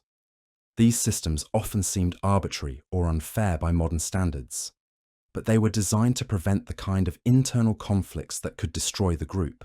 The psychological adaptation to extreme scarcity created behavioral patterns that persisted long after conditions improved. Survivors developed compulsive hoarding behaviors, inability to share resources even when they were abundant, and paranoid suspicion of anyone who might compete for essential supplies. These adaptations were perfectly rational during the crisis, but became maladaptive when normal conditions returned. Trade relationships between surviving groups were based entirely on immediate survival needs rather than long-term economic development. Groups exchanged essential resources like tool-making materials, medicinal plants, and information about food sources. The concept of profit or accumulation of wealth was meaningless when everyone was operating at the edge of starvation. The negotiation processes that developed for intergroup trade were designed to minimize conflict while ensuring that both parties benefited from exchanges. These negotiations were conducted under constant threat of violence because desperate groups might resort to raiding rather than trading if they felt they weren't getting fair value for their resources. Communication between different groups required the development of simple sign languages and universal symbols that could convey essential information without requiring shared spoken language. These communication systems were focused entirely on practical matters like resource availability, territorial boundaries, and threat warnings, rather than cultural exchange or social interaction. The few alliances that formed between surviving groups were temporary arrangements focused on mutual survival rather than long-term cooperation. Groups would band together to deal with specific threats or to coordinate major hunts, but these alliances dissolved quickly when immediate needs were met or when resource competition made cooperation impossible. Territory became fluid and constantly contested as groups moved continuously in search of resources. The concept of permanent borders or inherited land rights disappeared completely. Groups claimed temporary control over areas only as long as they could defend them, and only for as long as those areas provided essential resources. Warfare between groups was swift, brutal, and decisive. There were no extended campaigns, complex strategies, or attempts to minimize casualties. Combat was immediate and total, with losing groups either destroyed completely or scattered to die slowly of exposure and starvation. The goal was always to eliminate competition for scarce resources rather than to achieve political objectives. The weapons developed for intergroup conflict were designed for maximum lethality rather than display or ceremony. Every tool had to serve multiple purposes, so weapons were also used for hunting, food processing, and construction tasks. The distinction between tools and weapons became meaningless when survival required constant readiness for violence. Combat training became essential for all group members, regardless of age or gender. Children learned to use weapons almost as soon as they could walk because everyone might need to fight for their life with little warning. This training was practical rather than ritualistic, focused on killing techniques rather than combat traditions or honor codes. The medical care that was available during this period was primitive, even by the standards of other prehistoric societies. Traditional healing knowledge became useless when the plants and materials needed for medicines were no longer available. Healers had to develop new treatment methods using whatever resources could be found in the transformed environment. Surgical procedures, when they were attempted, were performed without anesthesia or sterile conditions using crude stone tools. Most operations resulted in death from infection or blood loss, but they were sometimes attempted when the alternative was certain death from injury or illness. These procedures required incredible courage from both patients and healers. The treatment of mental illness became a critical survival issue because psychological breakdown could endanger entire groups. People who suffered severe depression, anxiety, or trauma-related disorders were sometimes abandoned if they couldn't contribute to group survival. There was no understanding of mental health as a treatable condition. Only recognition that some individuals became liabilities that the group couldn't afford to support. Pain management became a constant challenge that had to be balanced against the need to remain alert and functional. People learned to function despite severe chronic pain from injuries, malnutrition, and exposure. The concept of comfort became completely irrelevant when survival required constant activity despite physical suffering. Dental care was non-existent except for the crudest emergency procedures. Tooth infections, which could be fatal, were sometimes treated by knocking out infected teeth with stones. Most people suffered from severe dental problems that made eating difficult and painful, compounding the challenges of malnutrition and food scarcity. The processing of the dead became a practical matter rather than a ceremonial one. Bodies had to be disposed of quickly to prevent disease and to avoid attracting scavengers that might threaten the living. Traditional burial practices were abandoned in favor of whatever disposal method was most efficient and safe for the group. Mourning rituals disappeared entirely because grief was a luxury that could interfere with survival tasks. People learned to suppress emotional responses to death and loss because dwelling on tragedy could lead to depression and inability to function. The few surviving groups that maintained any ceremonial practices focused on practical matters like resource blessing rather than emotional support. Record-keeping systems that emerged during this period, survival information rather than historical, were designed to preserve essential, or cultural knowledge. People developed simple marking systems to track resource locations, seasonal changes, and territorial boundaries. These records were practical tools rather than attempts to preserve cultural memory. The concept of individual identity became subsumed into group identity as personal preferences and characteristics became irrelevant to survival. People were valued for their functional contributions rather than their personality traits or individual achievements. Names often reflected roles or abilities rather than family connections or personal characteristics. Privacy disappeared completely as groups were forced to live in extremely close quarters with constant mutual dependence. Every aspect of personal life became visible to the group, creating psychological pressure that was often as difficult to endure as the physical hardships. The concept of personal space became meaningless when survival required constant cooperation. Hygiene became both impossible and irrelevant under the extreme conditions. Without adequate water for washing or materials for cleaning, people learned to function despite constant filth and odor. The social norms that had governed cleanliness and appearance were abandoned when these concerns became luxuries that could waste precious resources. Clothing became purely functional rather than decorative or status indicating. Garments were evaluated only for their ability to provide warmth and protection rather than their appearance or symbolic meaning.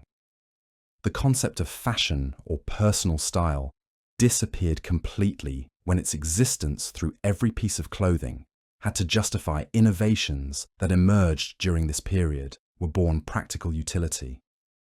The few technological from absolute desperation rather than curiosity or convenience. Every new tool or technique had to provide immediate survival value or it was abandoned. Innovation became a life or death necessity that drove human creativity in directions that would never have been explored under normal circumstances. The testing of new technologies was dangerous because failed experiments could waste irreplaceable resources or endanger group members. People had to balance the potential benefits of innovation against the risks of trying unproven techniques when failure could mean death. This created a conservative approach to technological development that prioritized proven methods over experimental ones. The preservation of technological knowledge became as important as the preservation of human life. People who possessed essential technical skills were protected and given priority access to resources because their death could mean the loss of crucial survival capabilities. This created an informal caste system based on technical competence rather than social status.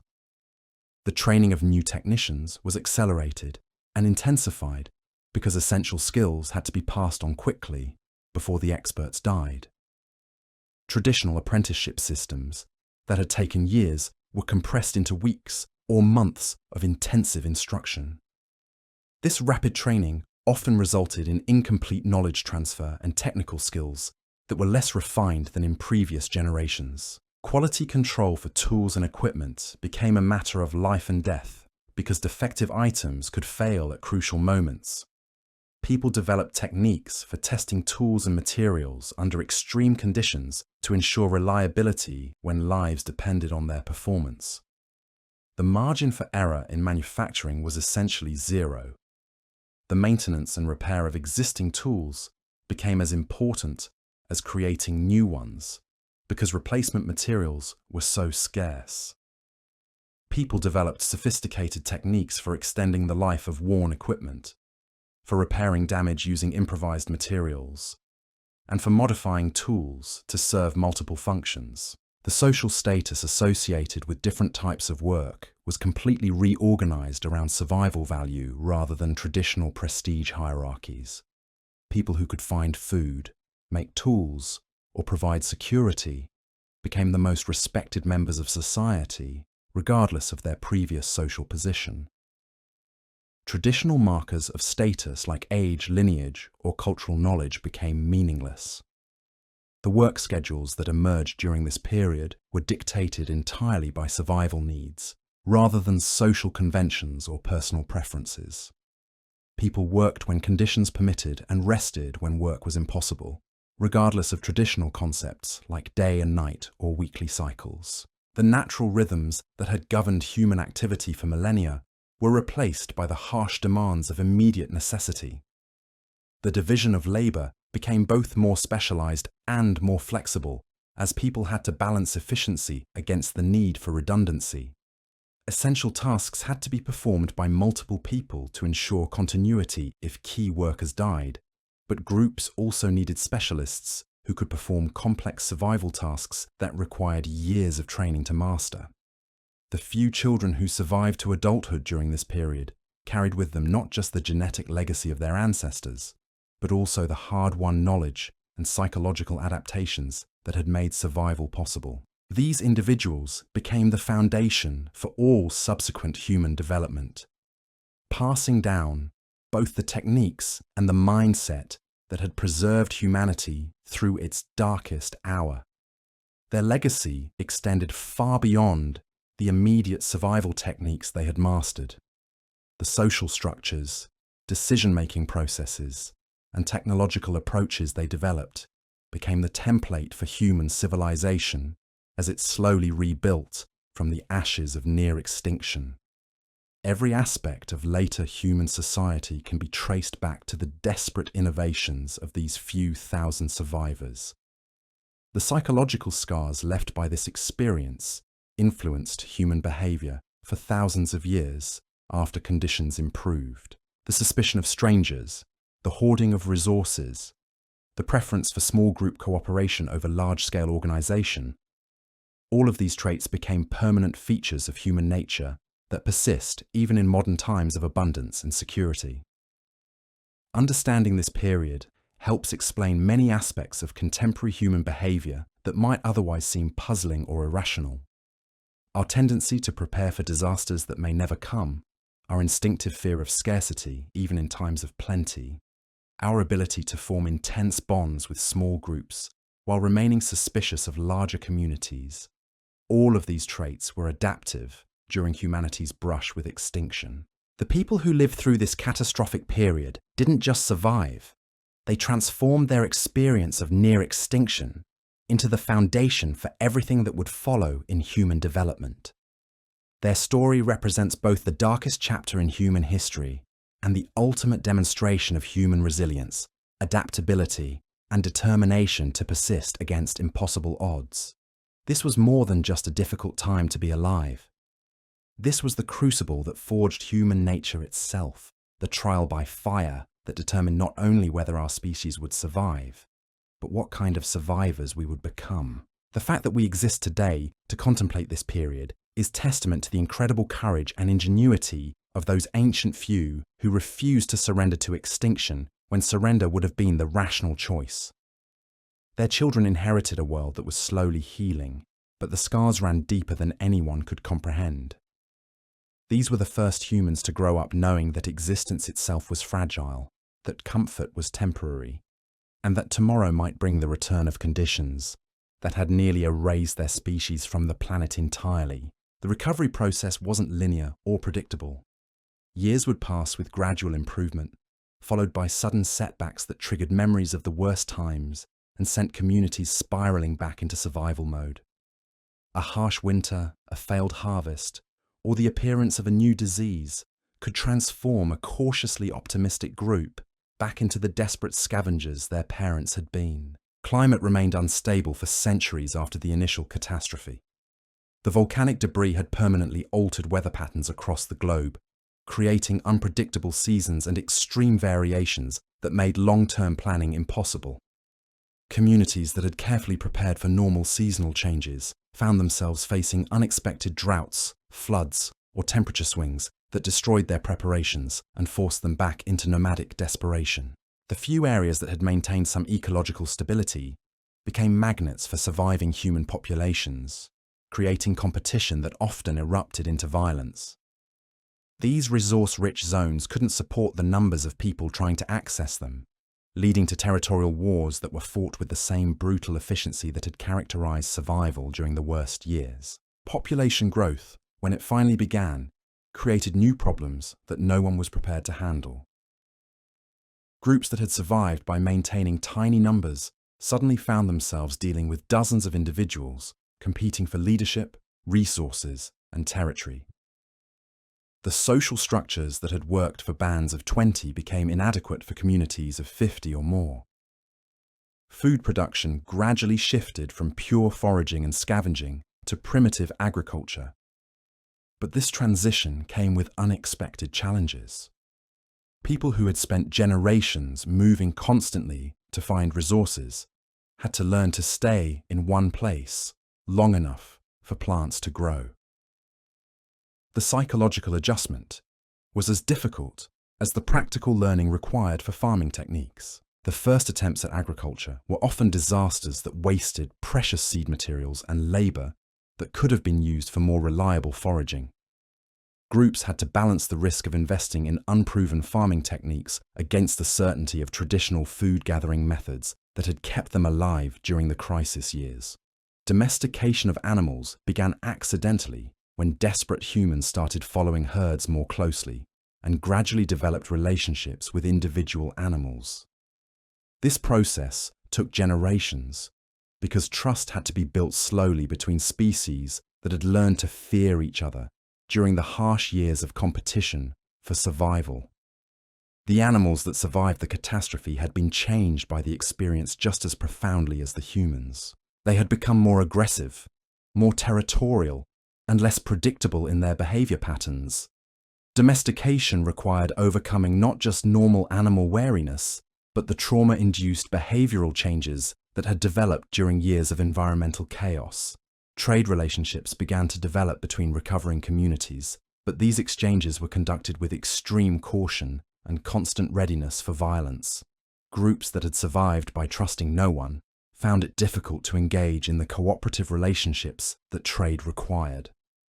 Every exchange was viewed as a potential trap or opportunity for betrayal. The materials being traded reflected the continuing focus on survival over luxury or comfort. Communities exchanged tool-making materials, seeds for planting, medicinal plants when they could be found, and information about resource locations. Decorative items or non-essential goods wouldn't become part of trade relationships for many generations. Communication between distant groups remained limited and dangerous. The knowledge that other humans had survived was both reassuring and threatening because it meant potential allies, but also potential competitors for scarce resources. First contact between separated communities was often violent because each group assumed the others were raiders coming to steal their carefully hoarded supplies.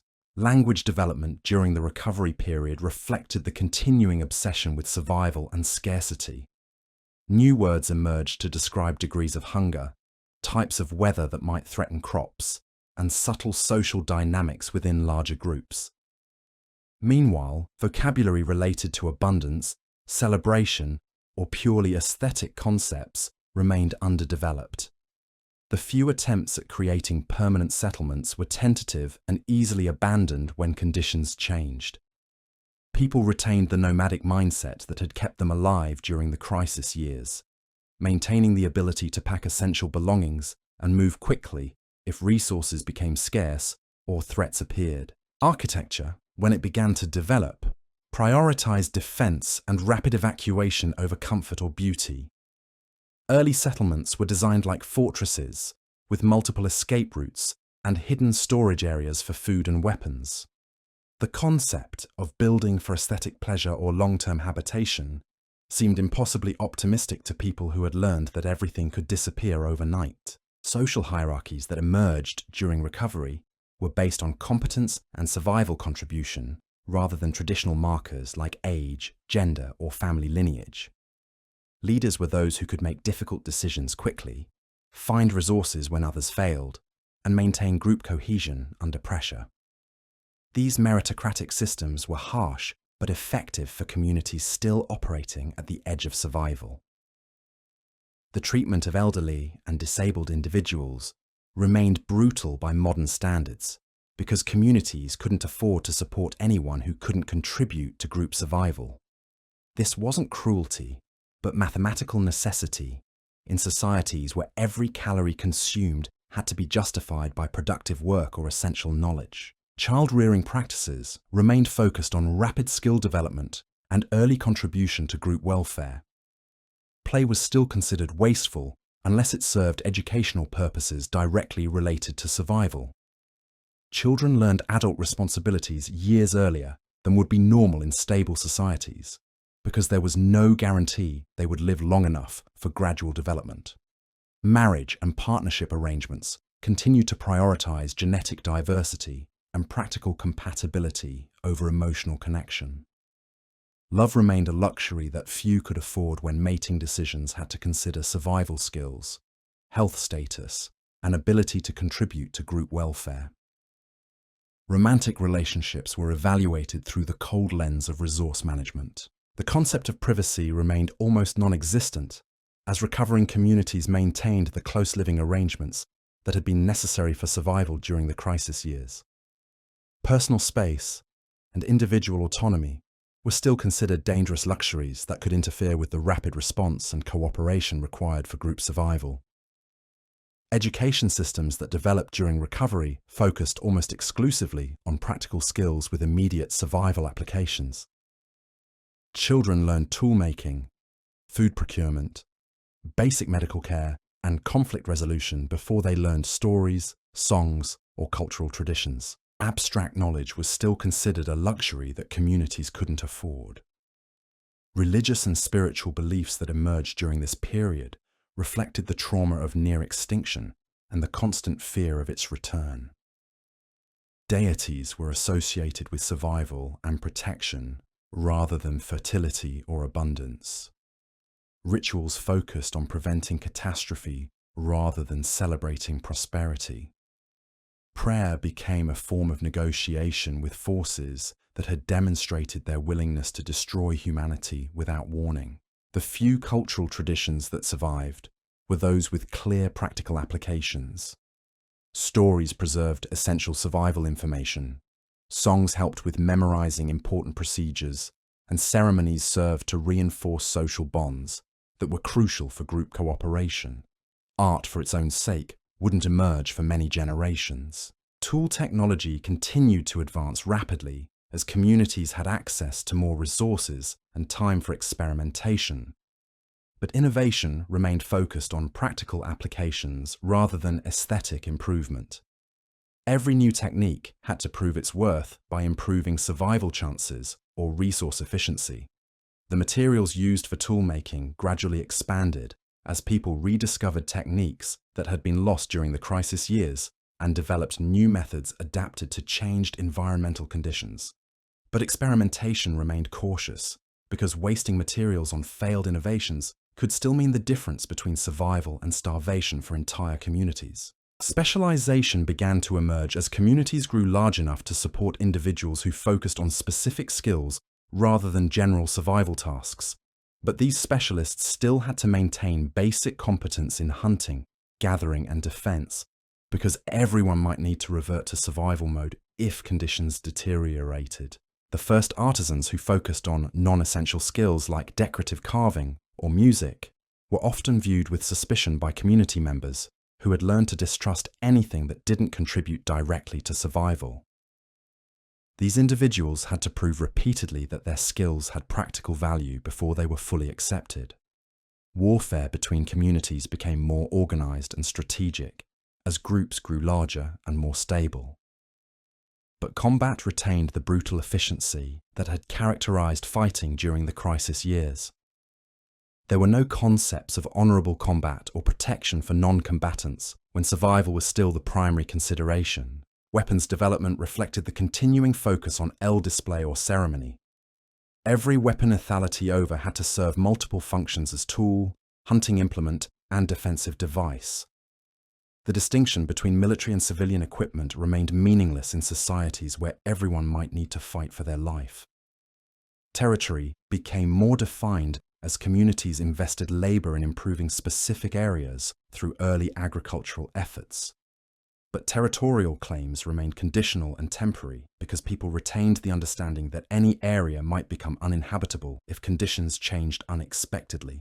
Border disputes between communities were resolved through violence more often than negotiation, because diplomatic solutions required trust and long-term thinking that most groups were still incapable of sustaining. Conflict resolution remained focused on immediate solutions rather than lasting agreements. The few alliances that formed between communities were tactical arrangements focused on specific threats or opportunities rather than long-term partnerships. Groups would cooperate for hunting expeditions, defense against raiders, or resource sharing during particular crises. But these arrangements dissolved quickly when immediate needs were met. Medical knowledge began to expand as communities had more time to experiment with treatments and observe results over longer periods. But medical practice remained focused on trauma care and crisis intervention, rather than preventive medicine or treatment of chronic conditions. The development of surgical techniques accelerated as communities encountered new types of injuries from agricultural work, construction projects, and more organized warfare. But surgical procedures remained extremely dangerous because of the lack of antiseptics, anesthesia, and proper instruments. Mental health issues became more complex as the immediate survival crisis faded and people had time to process the trauma they had experienced. But treatment remained limited to isolation or abandonment of individuals whose psychological problems threatened group stability.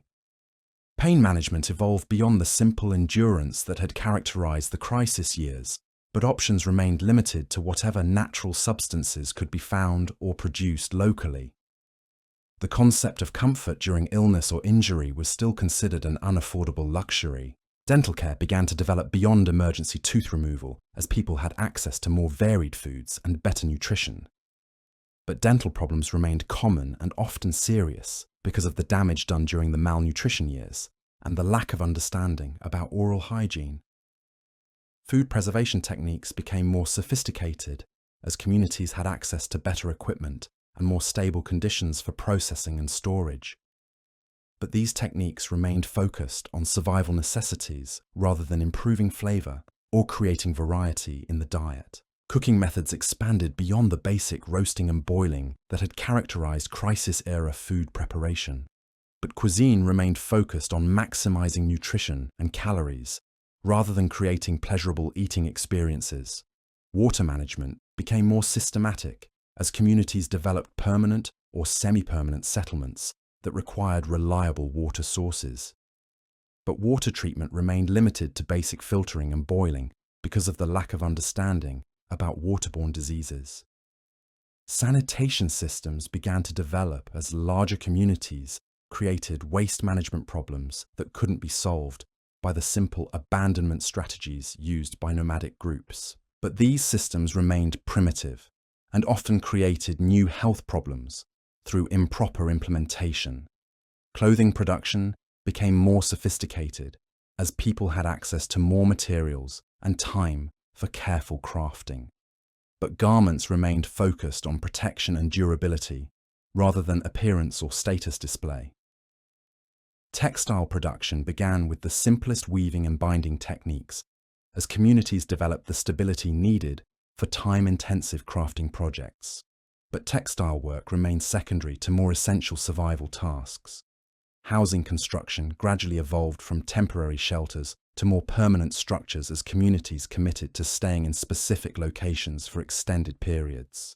But buildings remained designed for easy abandonment and focused on protection rather than comfort. The concept of furniture or household goods beyond the most basic, who had learned to value necessities, remained foreign to people portability and efficiency over comfort or convenience. Storage systems became more elaborate as communities accumulated larger quantities of food, tools, and materials. But storage remained focused on protecting essential resources from spoilage, theft, and environmental damage rather than organization or convenience. Transportation methods beyond walking remained limited because communities couldn't afford to maintain animals or construct vehicles when resources were still scarce. But people began to develop techniques for moving larger quantities of materials when necessary. Communication systems between settlements began with simple signal methods like smoke fires or drum signals that could convey basic information over short distances. But long-distance communication remained extremely limited and unreliable. Record keeping evolved beyond simple resource tracking to include information about seasonal patterns, territorial boundaries, and relationships with other communities. But written language remained focused on practical information rather than cultural expression. Timekeeping systems developed to coordinate community activities and track seasonal changes important for agriculture. But these systems remained simple and focused on practical applications rather than abstract measurement. Measurement standards began to emerge as communities needed to coordinate construction projects and trade relationships. But standardization remained limited to local communities and specific applications. Legal systems started to develop beyond the immediate survival-focused rules that had governed crisis-era groups. But law remained focused on preventing conflicts that could threaten community survival, rather than abstract concepts of justice or individual rights. Punishment systems evolved to include alternatives to death or banishment as communities became large enough to afford keeping non-productive members alive. But punishment remained harsh and focused on deterring behavior that could endanger the group. Leadership structures became more complex as communities grew beyond the size that could be governed by single individuals making immediate decisions. But authority remained concentrated in those who had proven their competence during crisis situations. Decision-making processes began to incorporate more consultation and discussion as communities had time for deliberation. But the ability to make rapid decisions during emergencies remained the most valued leadership skill. Social institutions that emerged during recovery were designed to prevent the kind of breakdown that had occurred during the catastrophic years, but these institutions remained fragile and easily abandoned if conditions deteriorated. Cultural transmission became more systematic as communities recognized the importance of preserving essential knowledge across generations. But cultural content remained focused on survival information rather than entertainment or artistic expression. The few recreational activities that developed were those with clear practical applications, like competitive games that improved hunting skills or social gatherings that strengthened community bonds necessary for cooperation. Innovation in non-essential areas remained suspect because resources spent on experimentation could still mean the difference between survival and death if conditions changed unexpectedly. The pace of technological and social development remained slow because communities couldn't afford the trial and error processes that drive rapid advancement in stable societies. Population growth continued to be limited by the psychological and practical difficulties of supporting larger groups with the resources and organizational methods available to recovering communities. The expansion into new territories remained cautious and limited because people retained vivid memories of what could happen when environmental conditions changed rapidly and unpredictably. Trade relationships remained focused on essential goods rather than luxury items because communities still operated with the mindset that any non-essential expenditure could prove fatal if resources became scarce again. The development of specialized roles and social classes proceeded slowly because communities couldn't afford to support individuals who couldn't revert to basic survival tasks if necessary. Education remained focused on practical skills because abstract knowledge was still viewed as a luxury that communities couldn't afford when survival remained uncertain. The emergence of artistic and cultural expression was delayed by generations because creative activities were still seen as wasteful uses of time and resources that should be devoted to survival preparation. Even as conditions slowly improved, the psychological legacy of humanity's brush with extinction continued to shape every aspect of social development, creating a civilization built on the hard-won knowledge that comfort, security, and abundance could vanish without warning, leaving only those prepared for the worst equipped to survive.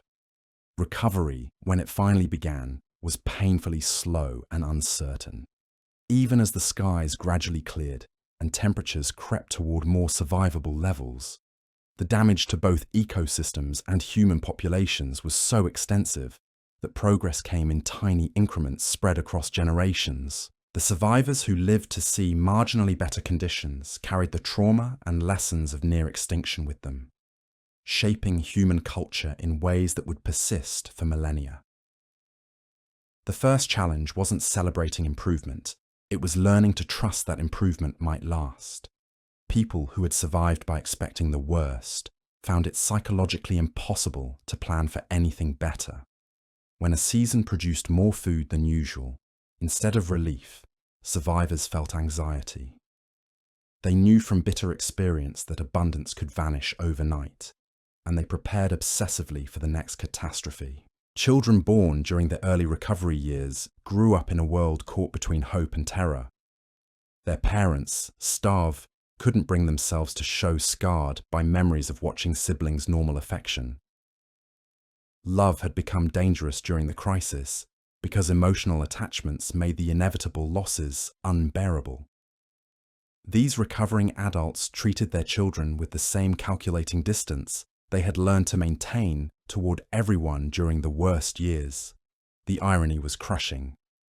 Just as conditions began to improve enough to support slightly larger families, the psychological damage from the catastrophic years made normal family relationships nearly impossible.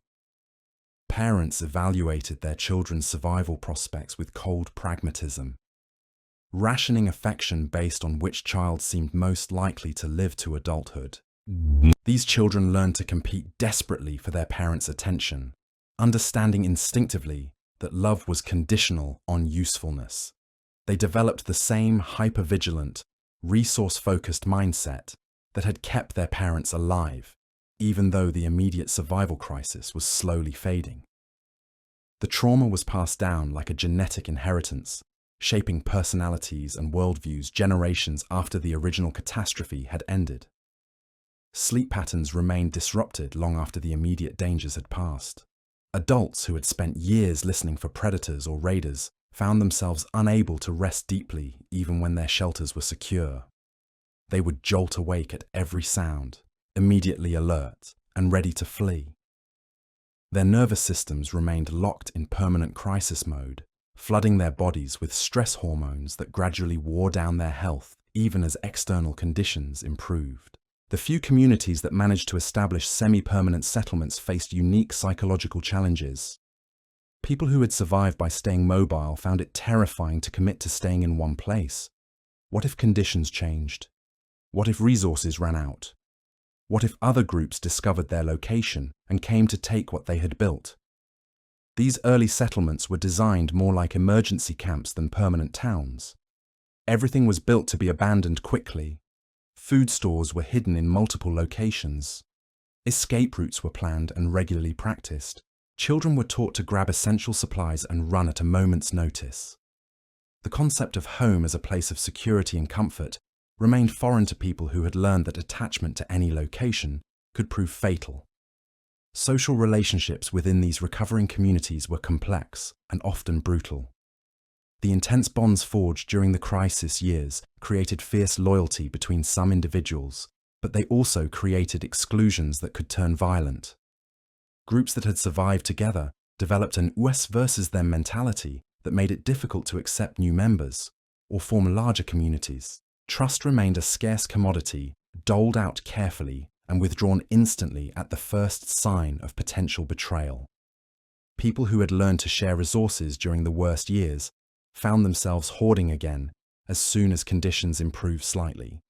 The mathematical thinking that had governed survival decisions during the crisis persisted even when the calculations were no longer matters of life and death. Marriage and reproductive relationships remained transactional long after they needed to be. Parents arranged partnerships based on survival skills and genetic diversity rather than emotional compatibility. Young people learned to evaluate potential mates based on their ability to find food, make tools, and defend the family group. The concept of marrying for love seemed not just impractical, but dangerous to people who had learned that emotional decisions could kill entire families. The few children who were born during early recovery faced developmental challenges that would affect them throughout their lives. Their mothers, still malnourished and psychologically traumatized, couldn't provide the kind of nurturing care that healthy child development requires. These infants learned from birth that the world was a dangerous place where comfort was temporary and survival was never guaranteed.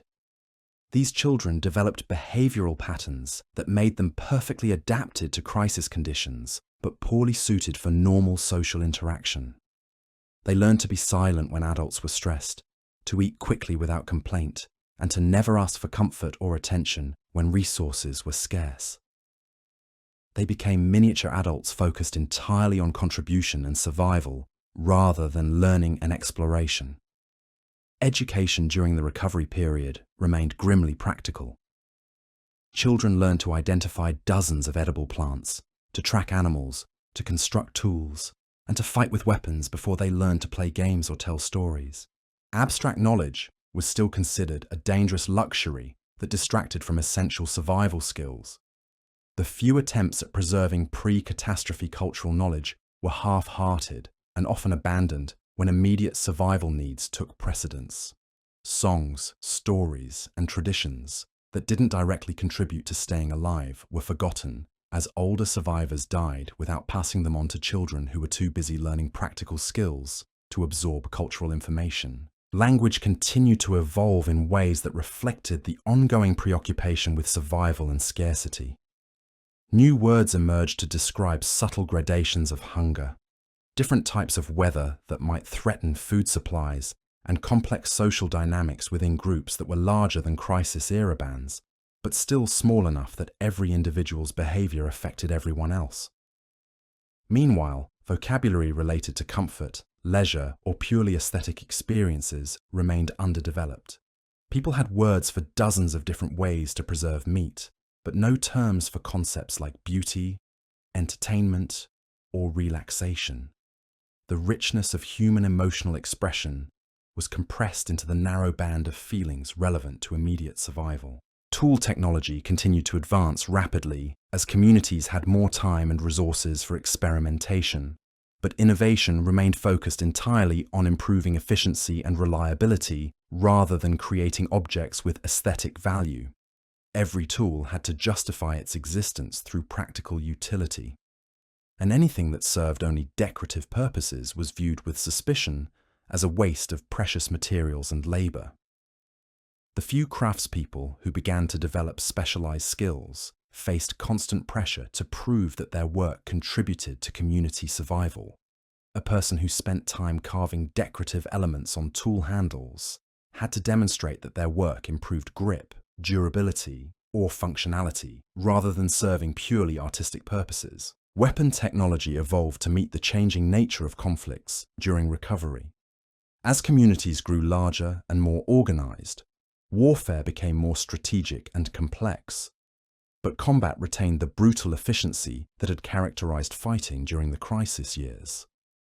There were no concepts of honorable combat or protection for non-combatants when survival remained the primary consideration. The development of fortifications and defensive structures reflected the continuing expectation that violence could erupt without warning. Early settlements were designed like military installations, with walls, watchtowers, and defensive positions integrated into every aspect of community planning. The idea of building purely civilian structures seemed impossibly naive to people who had learned that anyone might become an enemy if resources grew scarce. Trade relationships between recovering communities were conducted with extreme caution and constant readiness for violence. Every exchange was viewed as a potential trap, and trading parties traveled heavily armed with detailed escape plans. The goods being traded reflected the continuing focus on survival over luxury, with communities exchanging tool-making materials, seeds, medicinal plants, and information about resource locations. Negotiation processes developed to minimize the risk of conflict while ensuring fair exchanges. These negotiations were formal, ritualized affairs designed to demonstrate peaceful intentions while maintaining the ability to respond quickly to treachery. Trust was built slowly through repeated successful exchanges, but it could be destroyed instantly by any sign of deception or aggression. Communication between distant communities remained limited and dangerous. The knowledge that other humans had survived was both reassuring and threatening because it meant potential allies, but also potential competitors for scarce resources. First contact between separated groups was often violent because each assumed the others were raiders coming to steal their carefully accumulated supplies. The few successful diplomatic relationships that developed between communities were based on mutual benefit and shared threats rather than cultural affinity or ideological agreement. Groups would ally temporarily against common enemies or coordinate resource sharing during specific crises. But these arrangements dissolved quickly when immediate needs were met or circumstances changed. Transportation remained limited to what could be accomplished on foot because communities couldn't afford to maintain animals or construct vehicles when resources were still precious. But people began to develop techniques for moving larger quantities of materials when absolutely necessary, creating crude sleds, carrying frames and pack systems that allowed small groups to transport essential supplies over longer distances. Navigation between settlements required skills that pushed human cognitive abilities to their limits. Without clear landmarks in the still recovering landscape, people had to rely on subtle environmental cues that took years to learn to read properly. Getting lost meant not just personal death, but potentially the loss of crucial trade relationships or diplomatic connections that entire communities depended upon. The few maps that were created during this period were jealously guarded secrets that communities would kill to protect. Knowledge of resource locations, safe travel routes, and territorial boundaries was literally more valuable than gold because it could mean the difference between survival and extinction for entire populations. Weather prediction became a crucial skill as communities tried to plan agricultural activities and long-distance travel. People developed sophisticated techniques for reading atmospheric signs and animal behaviors to forecast changes that might affect food production or threaten community safety. But weather patterns remained unpredictable due to the ongoing environmental disruption caused by the volcanic catastrophe. Agriculture, when it finally began to develop, was approached with the same cautious pragmatism that governed every other aspect of recovery life. Communities experimented carefully with small plots, always maintaining backup plans for foraging and hunting if crops failed. The psychological adjustment required to invest labour in planting seeds that might not produce food for months was enormous for people accustomed to immediate results from their survival efforts. The first farmers faced ridicule and suspicion from community members who viewed agriculture as a dangerous gamble that wasted time and resources that could be used for more reliable food-gathering methods. These early agricultural pioneers had to prove repeatedly that their techniques could produce consistent results before they gained acceptance and support. Crop selection was based entirely on calorie production and storage potential rather than taste or variety. Communities focused on hardy grains and root vegetables that could survive in poor soil conditions and be preserved for long periods without spoilage. The concept of growing food for pleasure rather than survival remained incomprehensible to people who had learned to evaluate every calorie in terms of life and death. Animal domestication progressed slowly as communities gradually developed relationships with creatures that had also been changed by the catastrophic years. The animals that survived had become more aggressive, territorial, and unpredictable, making traditional domestication techniques ineffective. People had to develop new approaches based on mutual benefit rather than dominance. The few successful domestication efforts focused on animals that provided multiple survival benefits rather than single-purpose creatures. Communities preferred animals that could provide meat, milk, hides, and labor rather than specializing in creatures that served only one function. Efficiency and versatility remained more important than productivity in any single area. Hunting strategies evolved to accommodate the changing animal populations and the development of more organized human communities. Traditional solitary or small group hunting gave way to coordinated community efforts that could bring down larger prey or hunting remained dangerous because competition processed multiple animals simultaneously. But with other predators had intensified during the recovery period. The processing of successful hunts became elaborate community events that ensured maximum utilization of every part of each animal. These butchering sessions were simultaneously practical work parties and social gatherings that reinforced community bonds while preserving essential resources. Nothing was wasted, and the techniques for utilizing every scrap of hide, bone, and organ became incredibly sophisticated.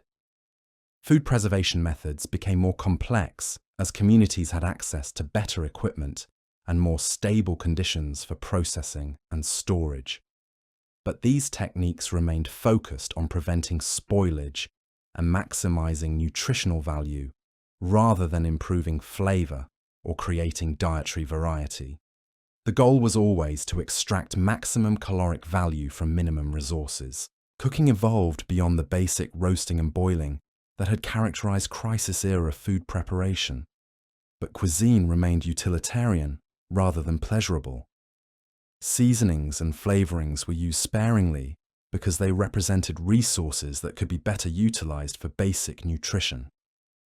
The concept of cooking for enjoyment rather than survival remained foreign to people who had learned to eat anything that wouldn't poison them. Water management became more systematic as communities developed permanent settlements that required reliable water sources. People learned to construct simple wells, reservoirs, and filtration systems that could provide clean water for larger groups. But water treatment remained limited to basic filtering and boiling because understanding of waterborne diseases was still minimal. Sanitation systems began to develop as larger communities created waste management problems that couldn't be solved by the simple abandonment strategies used by nomadic groups. Early latrines and waste disposal systems were crude, but represented important steps toward preventing disease outbreaks that could devastate recovering populations. Medical knowledge expanded slowly as communities had more time to experiment with treatments and observe results over longer periods. But medical practice remained focused on trauma care and crisis intervention rather than preventive medicine or treatment of chronic conditions. Healers were valued for their ability to deal with immediate emergencies rather than long-term health maintenance. Surgical techniques developed out of necessity as communities encountered new types of injuries from agricultural work, construction projects, and more organized warfare. But surgical procedures remained extremely dangerous due to the lack of antiseptics, anesthesia, and proper instruments. Most operations were attempted only when the alternative was certain death. Mental health issues became more complex as the immediate survival crisis faded, and people had time to process the trauma they had experienced. But treatment options remained limited to isolation or abandonment of individuals whose psychological problems threatened group stability. The concept of mental illness as a treatable condition rather than a character flaw was still unknown. Dental care evolved beyond emergency tooth removal as people had access to more varied foods and better nutrition. But dental problems remained common and serious because of the damage done during the malnutrition years and the complete lack of understanding about oral hygiene. Most adults lost multiple teeth before reaching middle age. Pain management developed beyond the simple endurance that had characterized the crisis years, but options remained limited to whatever natural substances could be found locally. The concept of comfort during illness or injury was still considered a luxury that most communities couldn't afford to provide. Clothing production became more sophisticated as people had access to more materials and time for careful crafting. But garments remained focused on protection and durability rather than appearance or status display. The few decorative elements that appeared on clothing served practical purposes, like identification or rank designation, rather than pure ornamentation. Housing construction gradually evolved from temporary shelters to more permanent structures as communities committed to staying in specific locations for extended periods. But buildings remained designed for easy abandonment and focused on protection rather than comfort.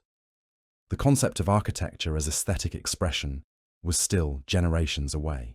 Social hierarchies that emerged during recovery were based on competence and contribution rather than traditional markers like age, lineage, or cultural knowledge.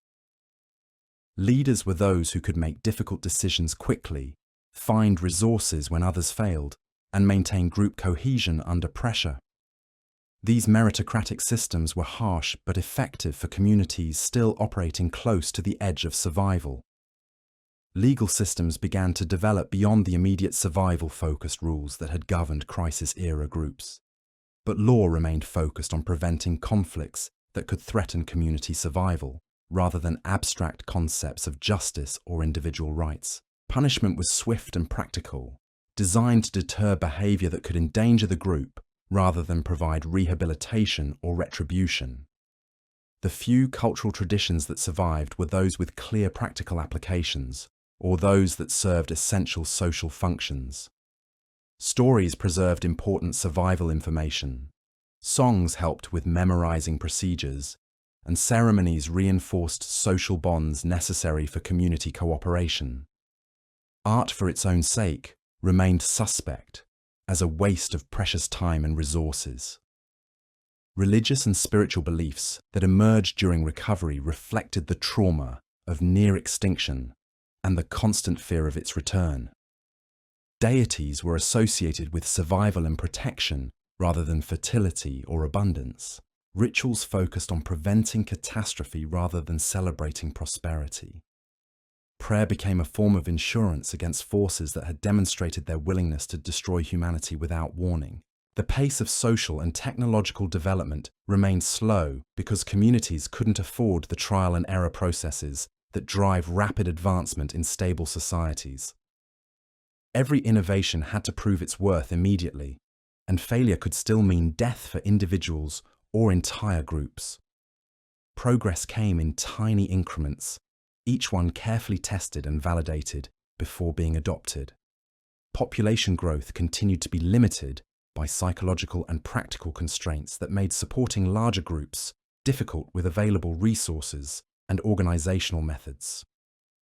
Communities remained small and insular, suspicious of growth that might strain their carefully balanced survival systems. Education systems remained focused on practical skills with immediate survival applications, but they began to incorporate more sophisticated techniques for knowledge transfer.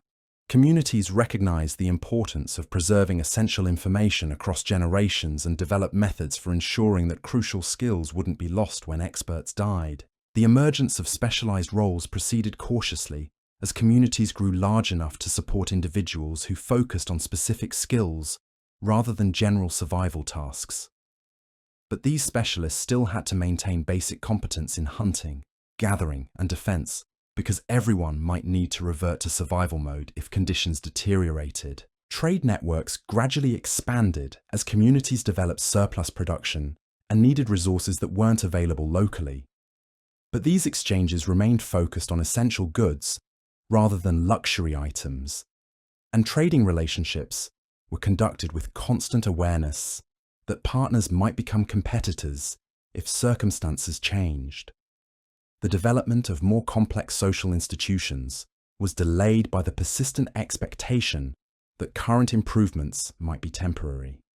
People who had lived through near extinction found it difficult to invest in long-term social structures that might prove useless if catastrophic conditions returned. Innovation in non-essential areas remained suspect because resources spent on experimentation could still prove costly if conditions changed unexpectedly. Communities preferred to perfect existing survival techniques rather than risk developing new technologies that might fail when they were needed most. Even as conditions slowly stabilized, the psychological legacy of humanity's brush with extinction continued to shape every aspect of social development. The survivors had learned lessons about fragility, scarcity, and the importance of preparation that would influence human culture for thousands of years. They had built a civilization on the foundation of hard-won knowledge that comfort and security could vanish without warning, leaving only those prepared for the worst equipped to survive. This recovery period represents not just the rebuilding of human society, but the creation of human nature as we know it today.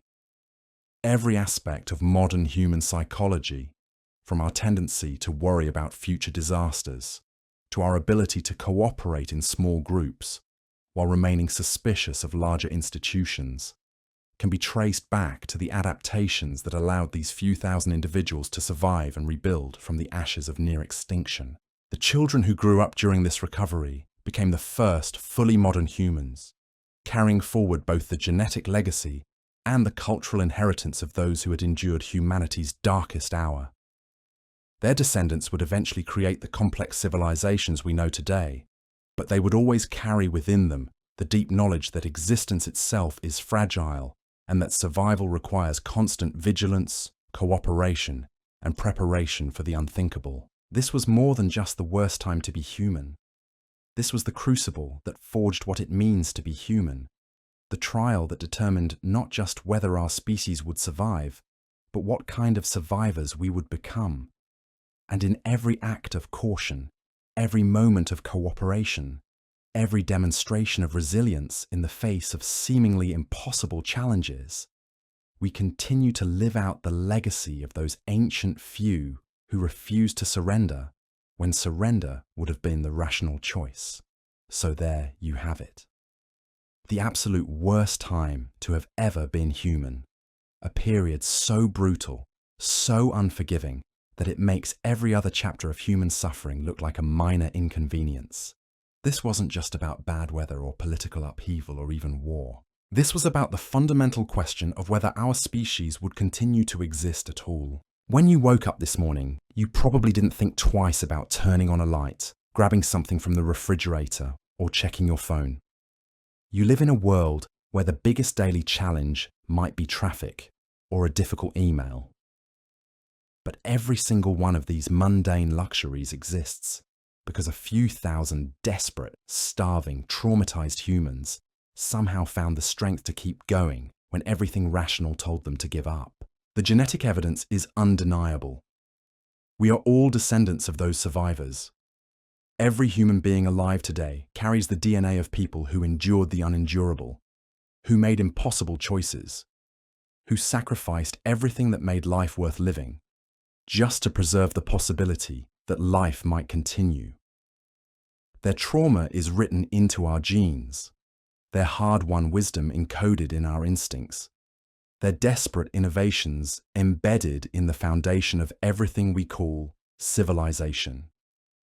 Think about that the next time you feel stressed about modern problems.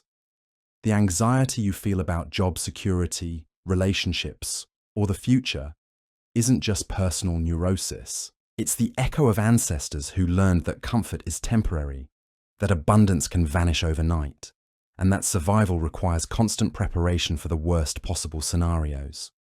We are wired for crisis because crisis is what made us human. But here's the remarkable thing. Those survivors didn't just endure. They adapted, they innovated, they created social bonds strong enough to last through unimaginable hardship. They developed technologies and strategies that became the blueprint for everything that followed. They proved that humans, when pushed to the absolute limit, don't just break. We transform. The next time you complain about the cold, remember people who spent years without fire in a volcanic winter. The next time you're hungry before lunch, think about children who went weeks between meals. The next time you feel alone, consider the profound isolation of believing you might be among the last humans alive on Earth. And then maybe, just maybe, feel grateful for the absolutely extraordinary privilege of being alive in an era when survival isn't a daily mathematical calculation of calories versus energy expenditure. We made it. Against impossible odds, through unthinkable suffering, past the point where extinction seemed inevitable, we made it. And if that's not worth appreciating, I don't know what is.